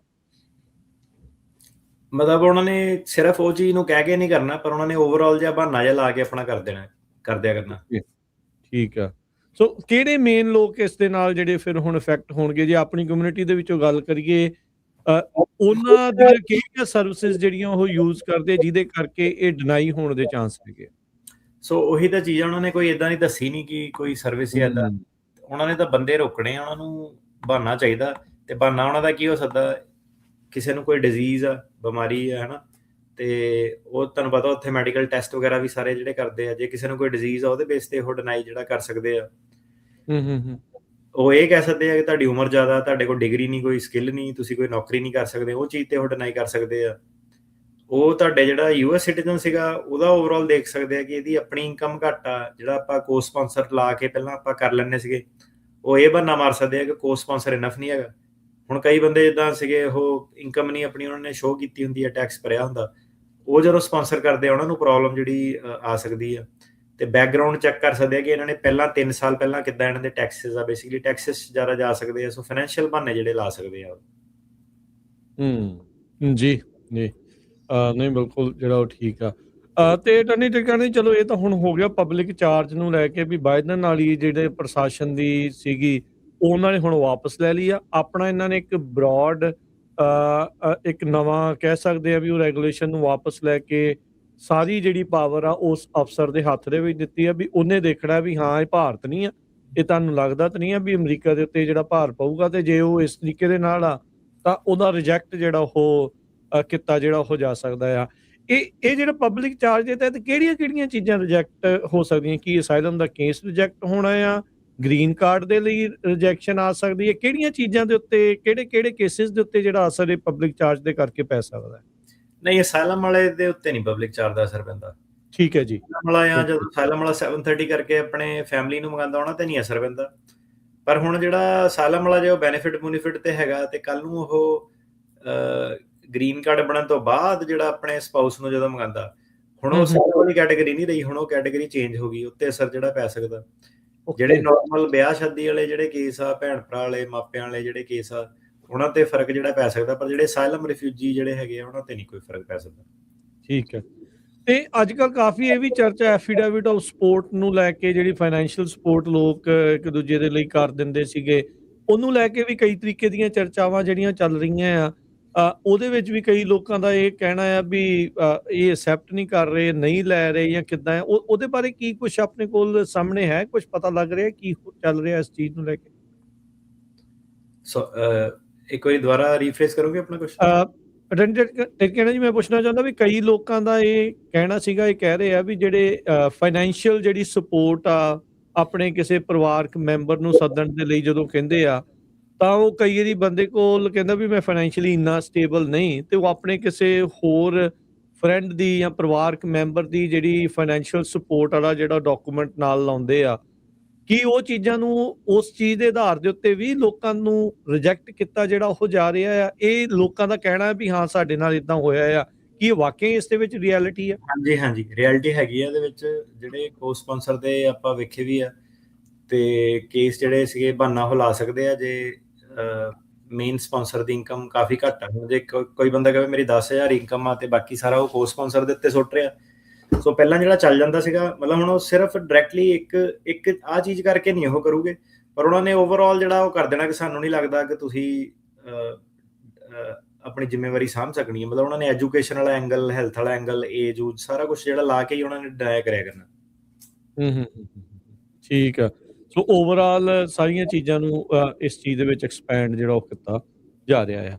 ਤੇ ਟਰਨੀ ਟਰਕੀਆਨਾ ਜੀ, ਇਹ ਵੀ ਹੁਣ ਥੋੜਾ ਜਿਹਾ ਦੱਸਿਓ, ਆਪਾਂ ਥੋੜੇ ਅਦਾਲਤਾਂ ਵੱਲ ਨੂੰ ਜਿਹੜਾ ਵੱਧਦੇ ਆ, ਕੀ ਸਿਚੁਏਸ਼ਨ ਆ ਕੋਰਟ ਸਿਸਟਮ ਦੇ ਵਿੱਚ, ਕਿੱਦਾਂ ਦੀਆਂ ਗੱਲਾਂ ਜਿਹੜੀਆਂ ਉਹ ਜਿਹੜੇ ਪਬਲਿਕ ਪ੍ਰੋਸੀਕਿਊਟਰ ਆ, ਜਿਹੜੇ ਸਰਕਾਰੀ ਵਕੀਲ ਆ, ਤੇ ਜਿਹੜੇ ਜੱਜ ਆ, ਉਹਨਾਂ ਦੇ ਮੂੰਹੋਂ ਸੁਣਨ ਨੂੰ ਮਿਲ ਰਹੀਆਂ ਆ, ਜਾਂ ਕੀ ਹੋ ਰਿਹਾ ਅਦਾਲਤਾਂ ਦੇ ਵਿੱਚ? ਅਦਾਲਤਾਂ ਦੇ ਵਿੱਚ ਮਤਲਬ ਜੱਜ ਤੋਂ ਜੱਜ ਡਿਪੈਂਡ ਕਰਦਾ। ਕੱਲ ਆਪਣਾ ਇੱਕ ਸਿਐਟਲ ਦੇ ਵਿੱਚ ਕੇਸ ਪਾਸ ਹੋਇਆ ਸੀਗਾ, ਮਤਲਬ ਕਿ ਉੱਪਰੋਂ BIA ਤੋਂ ਰਿਮਾਂਡ ਵਗੈਰਾ ਹੋ ਕੇ ਸਾਰਾ ਜਿਹੜਾ ਸੀਗਾ, ਤੇ ਜ਼ਿਆਦਾਤਰ ਜਿਹੜੇ ਸੀਗੇ ਜੱਜ ਡਿਨਾਈ ਕਰਦੇ ਆ, ਕੇਸ ਉੱਪਰ ਨੂੰ ਜਾਂਦੇ ਆ। ਅਪੀਲਾਂ ਦੇ ਵਿੱਚ ਜਿਹੜੀ ਫਾਈਟ ਜਿਹੜੀ ਜ਼ਿਆਦਾ ਇਸ ਵੇਲੇ ਹੋਈ ਹੈ, ਫਿਰ ਅਪੀਲਾਂ ਤੋਂ ਜਦੋਂ ਥੱਲੇ ਆਉਂਦੇ ਆ ਤੇ ਉਦੋਂ ਜੱਜ ਫਿਰ ਥੋੜੇ ਡਰ ਜਾਂਦੇ ਆ, ਸਰਕਟ ਕੋਰਟ ਵਾਲਿਆਂ ਤੋਂ ਡਰਦੇ ਵੀ ਆ, ਤੇ ਉੱਥੇ ਜਾ ਕੇ ਜਿਹੜਾ ਕੇਸ ਜਿਹੜਾ ਪਾਸ ਹੁੰਦਾ। ਤੇ ਕੋਰਟ ਦੇ ਵਿੱਚ ਇਦਾਂ ਕਿ ਓਵਰਆਲ ਜੇ ਤੁਸੀਂ ਕਹੀਏ, ਜੇ ਤਾਂ ਸੱਚ ਬੋਲਣਾ ਹੋਵੇ ਹੈ ਨਾ, ਕਿ ਮਤਲਬ ਸਿੱਧੀ ਗੱਲ ਸਪਸ਼ਟ ਜਿਹੜੀ ਕਰਨੀ ਹੋਵੇ, ਉਹ ਇਦਾਂ ਕਿ ਜਿਹੜੇ ਇੱਕ ਤੁਸੀਂ ਵੰਡ ਸਕਦੇ ਆ ਲੋਟ ਦੇ ਵਿੱਚ, ਕਿ ਜਿਹੜੇ ਪੁਰਾਣੇ ਬੰਦੇ ਆਏ ਆ ਉਰੇ, ਤੇ ਇੱਕ ਜਿਹੜੇ ਬਿਲਕੁਲ ਨਵੇਂ ਬੰਦੇ ਜਿਹੜੇ ਹੁਣੇ ਰੀਸੈਂਟਲੀ ਜਿਹੜੇ ਆਏ ਸੀਗੇ। ਤੇ ਇਹਦੇ ਵਿੱਚ ਜਿਹੜਾ ਤੁਸੀਂ ਦੇਖ ਲਓ ਕਿ ਇੱਕ ਬਿਲਕੁਲ ਹੀ ਮਾਹੌਲ ਜਿਹਾ ਜਿਹੜਾ ਪੂਰਾ ਹੀ ਚੇਂਜ ਹੋ ਗਿਆ ਆਪਣਾ ਕਈ ਸਾਰੀਆਂ ਚੀਜ਼ਾਂ ਜਿਹੜੀਆਂ ਕ੍ਰਾਈਮ ਕਰੂਮ ਦੇ ਵਿੱਚ ਵਾਧਾ ਕਿੰਨਾ ਜ਼ਿਆਦਾ ਜਿਹੜਾ ਹੈਗਾ। ਕਾਫੀ ਸਾਰੇ ਬੰਦੇ ਜਿਹੜੇ ਹੈਗੇ ਆ ਉਹ ਪੱਕੇ ਹੋਣਾ ਵੀ ਨਹੀਂ ਚਾਹੁੰਦੇ, ਉਹਨਾਂ ਨੂੰ ਪਤਾ ਕਿ ਨਹੀਂ ਵੀ ਹੋ ਸਕਦੇ, ਜਾਂ ਰਿਕਾਰਡ ਵਗੈਰਾ ਵੀ ਮਾੜੇ ਆ ਕਈਆਂ ਦੇ। ਤੇ ਉਹਦੇ ਵਿੱਚ ਉਹਨਾਂ ਨੂੰ ਇਦਾਂ ਹੈਗਾ ਕਿ ਕੇਸ ਕੂਸ ਦੇ ਉੱਤੇ ਤਾਂ ਬਿਲਕੁਲ ਕਿਸੇ ਦਾ ਫੋਕਸ ਨਹੀਂ ਆ ਕਈ ਵਾਰੀ, ਜਿਹੜਾ ਆਪਾਂ ਦੇਖਦੇ ਹਾਂ। ਤੇ ਜਿਹੜੇ ਅਪੀਲਾਂ ਪੂਲਾਂ ਦੇ ਵਿੱਚ ਜਿਹੜੇ ਕੇਸ ਜਿਹੜੇ ਜਾਂਦੇ ਆ ਹਨਾ, ਕਈ ਪਬਲਿਕ ਅਵੇਲੇਬਲ ਇਨਫੋਰਮੇਸ਼ਨ ਜਿਹੜੀ ਹੁੰਦੀ ਆ, ਤੇ ਉਹਦੇ ਵਿੱਚੋਂ ਬੰਦੇ ਨੂੰ ਕਈ ਕੁਝ ਸਿੱਖਣ ਨੂੰ ਜਿਹੜਾ ਪਤਾ ਲੱਗਦਾ ਕਿ ਓਵਰਆਲ ਕੀ ਹਿਸਾਬ ਕਿਤਾਬ ਚੱਲ ਰਿਹਾ ਬਰੋਡਲੀ ਸਪੀਕਿੰਗ ਜਿਹੜਾ ਕਮਿਊਨਿਟੀ ਦੇ ਵਿੱਚ। ਤੇ ਜ਼ਿਆਦਾਤਰ ਜਿਹੜਾ ਉਹ ਇਹੀ ਆ ਕਿ ਕਾਫੀ ਸਾਰੇ ਜਿਹੜੇ ਲੋਕੀ ਸੀਗੇ ਉਹਨਾਂ ਦੀ ਉਹ ਵੀ ਵਿਚਾਰਧਾਰਾ ਕਿ ਸਮੇਟ ਕੇ ਵਾਪਸ 2-3 ਸਾਲ ਦੇ ਵਿੱਚ ਇੰਡੀਆ ਚਲਿਆ ਜਾਵੇ। ਤੇ ਉਹ ਜਿਹੜੀ ਵਿਚਾਰਧਾਰਾ ਹੁਣ ਜਦੋਂ ਕੋਰਟ ਦੇ ਵਿੱਚ ਵੀ ਝਲਕਦੀ ਆ, ਉਹਨਾਂ ਦੀ ਪਰਫਾਰਮੈਂਸ ਵੀ ਜਦੋਂ ਉਦਾਂ ਦੀ ਹੁੰਦੀ ਆ, ਤਾਂ ਉਹਨਾਂ ਜਿਹੜਾ ਦੂਜਾ ਵਿਅਕਤੀ ਆ ਜਿਹੜਾ ਸੀਰੀਅਸ ਵਾਲਾ, ਠੀਕ ਆ, ਹੁਣ ਇਹਦੇ ਵਿੱਚ ਜਿਹੜੇ ਆਮ ਸ਼ੋਰ ਜਿਹੜੇ ਇੱਥੇ ਸੁਣਦੇ ਆ ਲੌਂਗ ਟਰਮ, ਆਪਣਾ ਜਿੱਦਾਂ ਲੌਂਗ ਫਾਰਮੈਟ ਪੋਡਕਾਸਟ ਆ 1 ਘੰਟਾ 2 ਘੰਟੇ, ਸੋ ਜ਼ਾਹਰ ਦੀ ਗੱਲ ਜਿਹੜੇ ਸਾਨੂੰ ਸੁਣਨ ਵਾਲੇ ਆ ਉਹ ਸੀਰੀਅਸ ਬੰਦੇ ਹੈਗੇ। ਇਹਨੂੰ ਕੋਈ ਹੁਣ ਮਤਲਬ ਕਿਸੇ ਨੇ ਇਹ 10 ਸਕਿੰਟ ਵਾਲੀ ਵੀਡੀਓ ਵਾਲੇ ਬੰਦੇ ਨਹੀਂ ਹੈਗੇ ਹਨਾ। ਸੋ ਉਹਨਾਂ ਨੂੰ ਗੱਲ ਜਿਹੜੀ ਸੀਗੀ ਇਹਨਾਂ ਨੇ ਬਾਰ-ਬਾਰ ਆਉਣਾ, ਹਰ ਹਫਤੇ ਜਿਹੜਾ ਸੁਣਨਾ ਕਿ ਪੱਲੇ ਪੈਣੀ ਕੀ ਚੀਜ਼ ਜਿਹੜੀ ਹੈਗੀ ਆ। ਸੋ ਜਿਹੜੇ ਇਹ ਵਾਲੇ ਲੋਕ ਹੈਗੇ ਇਹ ਇਫੈਕਟ ਹੁੰਦੇ ਆ ਕਿਹੜਾ ਨਾ ਸ਼ਾਰਟ ਟਰਮ ਵਾਲਿਆਂ ਨੇ। ਉਹ ਸ਼ਾਰਟ ਟਰਮ ਵਾਲੇ ਵੀ ਜਾਂਦੇ ਕ੍ਰੈਡਿਟ ਕਾਰਡ ਤੇ ਕਿੱਦਾਂ ਚੂਨਾ ਲਾ ਦੇਣਾ, ਲੋਡ ਕਿੱਦਾਂ ਚੋਰੀ ਕਰਨੇ ਆ, ਤੁਹਾਨੂੰ ਪਤਾ ਹੀ ਆ ਸਾਰਿਆਂ ਨੂੰ ਕੀ ਮਤਲਬ ਇਹਦੇ ਵਿੱਚ ਹੁਣ ਕੋਈ ਦੋ ਰਾਏ ਕੋਈ ਛੁਪੀ ਤਾਂ ਚੀਜ਼ ਜਿਹੜੀ ਹੈ ਨਹੀਂ, ਠੀਕ ਹੈ। ਸੋ ਉਹਦੇ ਨਾਲ ਕੀ ਹੁੰਦਾ ਕਿ ਕਈ ਓਵਰਆਲ ਸੋਸ਼ਲ ਮੀਡੀਆ ਤੇ ਜਾ ਕੇ ਵਕੀਲ ਨੂੰ ਕਹਿਣਾ ਬੜਾ ਸੌਖਾ ਜਿਹੜਾ ਹੁੰਦਾ। ਮੈਂ ਕਿਹਾ ਹੁਣ ਜਿਹੜੀਆਂ ਦੂਜੀਆਂ ਨੇ ਕਿ ਵਕੀਲ ਦੇ ਨਾਲ ਵੀ ਕਦੀ ਹੁਣ ਆਪਣੀ ਆਹ ਵਾਲੀ ਫੋਰਮ ਇਹਦੇ ਵਿੱਚ ਹੁੰਦਾ ਕਿ ਵਕੀਲ ਵੀ ਵਾਪਸ ਆਉਂਦਾ ਕਿ ਯਾਰ ਆਹ ਚੀਜ਼ਾਂ ਜਿਹੜੀਆਂ ਸੀਗੀਆਂ ਕਮਿਊਨਿਟੀ ਦੇ ਵਿੱਚ ਪ੍ਰੈਵਲੈਂਟ ਹੈਗੀਆਂ। ਉਹਦੇ ਵਿੱਚ ਕੀ ਸੀਗਾ ਕਿ ਪ੍ਰੋਬਲਮ ਹੁਣ ਕਿੱਥੇ ਆਉਂਦੀ ਹੈ ਰਾਜਕਰਨ ਜੀ, ਉਹਦੇ ਵਿੱਚ ਨਾ ਜਿਹੜੇ ਸੀਗੇ ਵਿੱਚ ਆ ਗਏ ਪੈਰਾਲੀਗਲ ਜਿਹੜੇ ਉਹ ਵਾਲੀ ਕਲਾਸ ਜਿਹੜੀ ਹੋ ਗਈ। ਹੁਣ ਕੀ ਸੀਗਾ ਕਿ ਇਹਨਾਂ ਨੇ ਜਿਹੜਾ ਸੀਗਾ ਇਹਨਾਂ ਨੇ ਆਪ ਤਾਂ ਨਹੀਂ ਕੰਮ ਕੁਮ ਜਿਹੜਾ ਕੋਈ ਕਰਨਾ, ਜਿਹੜਾ ਬੰਦਾ ਹੁਣ ਹੈ ਹੀ ਨਹੀਂ ਕੁਛ, ਇਹਦਾ ਅਸਾਈਲਮ ਹੀ ਉਹ ਆ, ਤਾਂ ਉਹਨੇ ਕਹਿਣਾ ਕਿ ਮੈਂ ਵਾਪਸ ਸਮੇਟ ਕੇ ਜਾਣਾ, ਉਹ ਵਾਲੀ ਮੈਂਟੈਲਿਟੀ ਵਾਲਾ। ਉਹਨਾਂ ਨੇ ਕੀ ਸੀਗਾ ਕਿ ਬੜਾਵਾ ਦਿੱਤਾ ਇਹਨਾਂ ਨੂੰ ਪੈਰਾਲੀਗਲਾਂ ਨੂੰ। ਹੁਣ ਤੱਕ ਵੀ ਮਤਲਬ ਕਿ ਉਹ ਪੈਰਾਲੀਗਲ ਟਰਾਂਸਲੇਟਰ ਉਹਨਾਂ ਦਾ ਕੀ ਸੀਨ ਹੁੰਦਾ ਕਿ ਜਿੱਦਾਂ ਹੁਣ ਕਿਸੇ ਦਾ ਕੇਸ ਆ, ਕਿਸੇ ਨੇ ਕੇਸ ਬਣਾਇਆ, ਇਹ ਕੀ ਕਰਦੇ ਆ ਕਿ ਜਦੋਂ ਬੰਦਾ ਗਿਆ ਕਿ ਮੇਰੀ ਟਰਾਂਸਲੇਸ਼ਨ ਕਰ ਦਿਓ ਪੰਜਾਬੀ ਦੇ ਵਿੱਚ ਹਿੰਦੀ ਦੇ ਵਿੱਚ, ਉਹਨਾਂ ਨੇ ਬੰਦੇ ਦੀ ਹੁਣ ਪੈਰਾਲੀਗਲ ਨੇ ਕਿਹੜਾ ਕੋਈ ਜਾ ਕੇ ਕਲਾਸਾਂ ਲਾਈਆਂ ਜਾਂ ਕੁਛ, ਮਤਲਬ ਬੰਦਾ ਜੇ ਪੁੱਛੇ ਕਿ ਭਾਈ ਤੂੰ ਟਰੱਕ ਕਿੱਥੇ ਚਲਾਉਣਾ ਸਿੱਖਿਆ, ਜਾਂ ਤੂੰ ਡਾਕਟਰੀ ਕਿੱਥੇ ਸਿੱਖੀ ਆ, ਜਾਂ ਤੂੰ ਵਕਾਲਤ ਕਿੱਥੇ, ਉਹਨਾਂ ਨੇ ਕੀ ਕਰਦੇ ਆ ਕਿ ਉਹ ਜਿਹੜਾ ਆਪਣਾ ਕਿਸੇ ਦਾ ਢਾਂਚਾ ਜਿਹੜਾ ਹੁੰਦਾ ਨਾ ਉਹਨੂੰ ਨਾਮ ਚੇਂਜ ਕਰਕੇ ਟਰਾਂਸਲੇਟ ਕਰਕੇ ਜਿਹੜਾ ਦੂਜਾ ਬੰਦਾ ਉਹਨੂੰ ਦੇ ਦਿੰਦੇ ਆ ਮੈਡੀਕਲ ਨਕਲੀ ਕੰਮ ਜਿਹੜਾ। ਹੁਣ ਉਹਦੇ ਵਿੱਚ ਕੀ ਸੀਗਾ ਕਿ ਜਿਹੜੀਆਂ ਅਮਰੀਕੀ ਸਰਕਾਰਾਂ ਜਿਹੜੀਆਂ ਹੈਗੀਆਂ ਉਹਨਾਂ ਨੇ ਦੇਖਿਆ ਕਿ ਇਹ ਤਾਂ ਬੜੇ ਜ਼ਿਆਦਾ ਢਾਂਚੇ ਆ ਮੈਡੀਕਲ ਜਿਹੜੇ ਫਰਾਡ ਆ ਸਾਰੇ ਹਨਾ। ਆਪਾਂ ਆ ਕੇ ਆਹ ਚੀਜ਼ਾਂ ਦੀ ਗੱਲ ਕਰਦੇ ਸੀਗੇ। ਉਹਦੇ ਵਿੱਚ ਕੀ ਸੀਗਾ ਕਿ ਕਈ ਮੱਚਦੇ ਵੀ ਬੜੇ ਲੋਕ ਸੀਗੇ, ਪਤਾ ਨਹੀਂ ਕਿਉਂ ਗੱਲ ਕਰੀ ਜਾਂਦੇ ਆ ਕਿ ਗੱਲ ਹੀ ਨਾ ਕਰੋ ਇਸ ਮੁੱਦੇ ਦੇ ਉੱਤੇ। ਪਰ ਆਪਾਂ ਗੱਲ ਕੀਤੀ ਹੈ ਹਮੇਸ਼ਾ ਕਿ ਆਹ ਚੀਜ਼ਾਂ ਜਿਹੜੀਆਂ ਪ੍ਰੋਬਲਮਾਂ ਜਿਹੜੀਆਂ ਹੈਗੀਆਂ। ਸੋ ਹੁਣ ਉਹ ਪ੍ਰੋਬਲਮ ਸੀਗੀ, ਉਹ ਪ੍ਰੋਬਲਮ ਉਦੋਂ ਵੀ ਨਹੀਂ ਸੋਲਵ ਹੁੰਦੀ ਸੀ, ਉਹ ਪ੍ਰੋਬਲਮ ਹੁਣ ਵੀ ਨਹੀਂ ਸੋਲਵ ਹੁੰਦੀ, ਕਿਉਂਕਿ ਉਹ ਚੀਜ਼ਾਂ ਹੈਗੀਆਂ ਕਿ ਹੁਣ ਕੀ ਸੀਗਾ ਕਿ ਜੱਜਾਂ ਦੇ ਮੂਹਰੇ ਜਦੋਂ ਉਹ ਚੀਜ਼ ਜਾਂਦੀ ਆ, ਹੁਣ ਜ਼ਾਹਿਰ ਜੀ ਗੱਲ ਆ ਜਿਹੜੇ ਇਹ ਬੰਦੇ ਆ ਇਹਨਾਂ ਨੂੰ ਕੋਈ ਕੇਸ ਕੂਸ ਨਾਲ ਲੈਣਾ ਦੇਣਾ ਥੋੜਾ ਨਾ ਹੋਊਗਾ, ਇਹ ਤਾਂ ਚੱਲ ਜਾਊਗੇ ਸਿੱਧੇ ਕਿ ਪੈਰਾਲੀਗਲ ਨੇ ਜਿਹਨੇ ਪਹਿਲੇ ਦਿਨ ਨਹੀਂ ਕੰਮ ਕਰਨਾ ਉਹਨੇ 10ਵੇਂ ਦਿਨ ਵੀ ਨਹੀਂ ਕਰਨਾ। ਉਹ ਜਦੋਂ ਜੱਜ ਮੂਹਰੇ ਜਾਂਦੇ ਸਵਾਲ ਜਵਾਬ ਹੁੰਦੇ ਓਬਵੀਅਸ ਜਿਹਾ ਹੁੰਦਾ। ਹੁਣ ਇਹ ਹੈ ਕਿ ਇੱਕ ਦਿਨ 'ਚ 4 ਕੇਸ ਲੱਗੇ ਆ, ਠੀਕ ਆ, ਹੁਣ ਏਦਾਂ ਦੇ ਬੰਦੇ ਤੋਂ ਬਾਅਦ ਤੁਹਾਡਾ ਕੇਸ ਆ ਗਿਆ, ਤੁਸੀਂ ਆਪ ਸੋਚ ਲਓ ਜੱਜ ਦਾ ਕੀ ਮੂਡ ਹੋਣਾ, ਕੀ ਮਾਹੌਲ ਹੋਣਾ।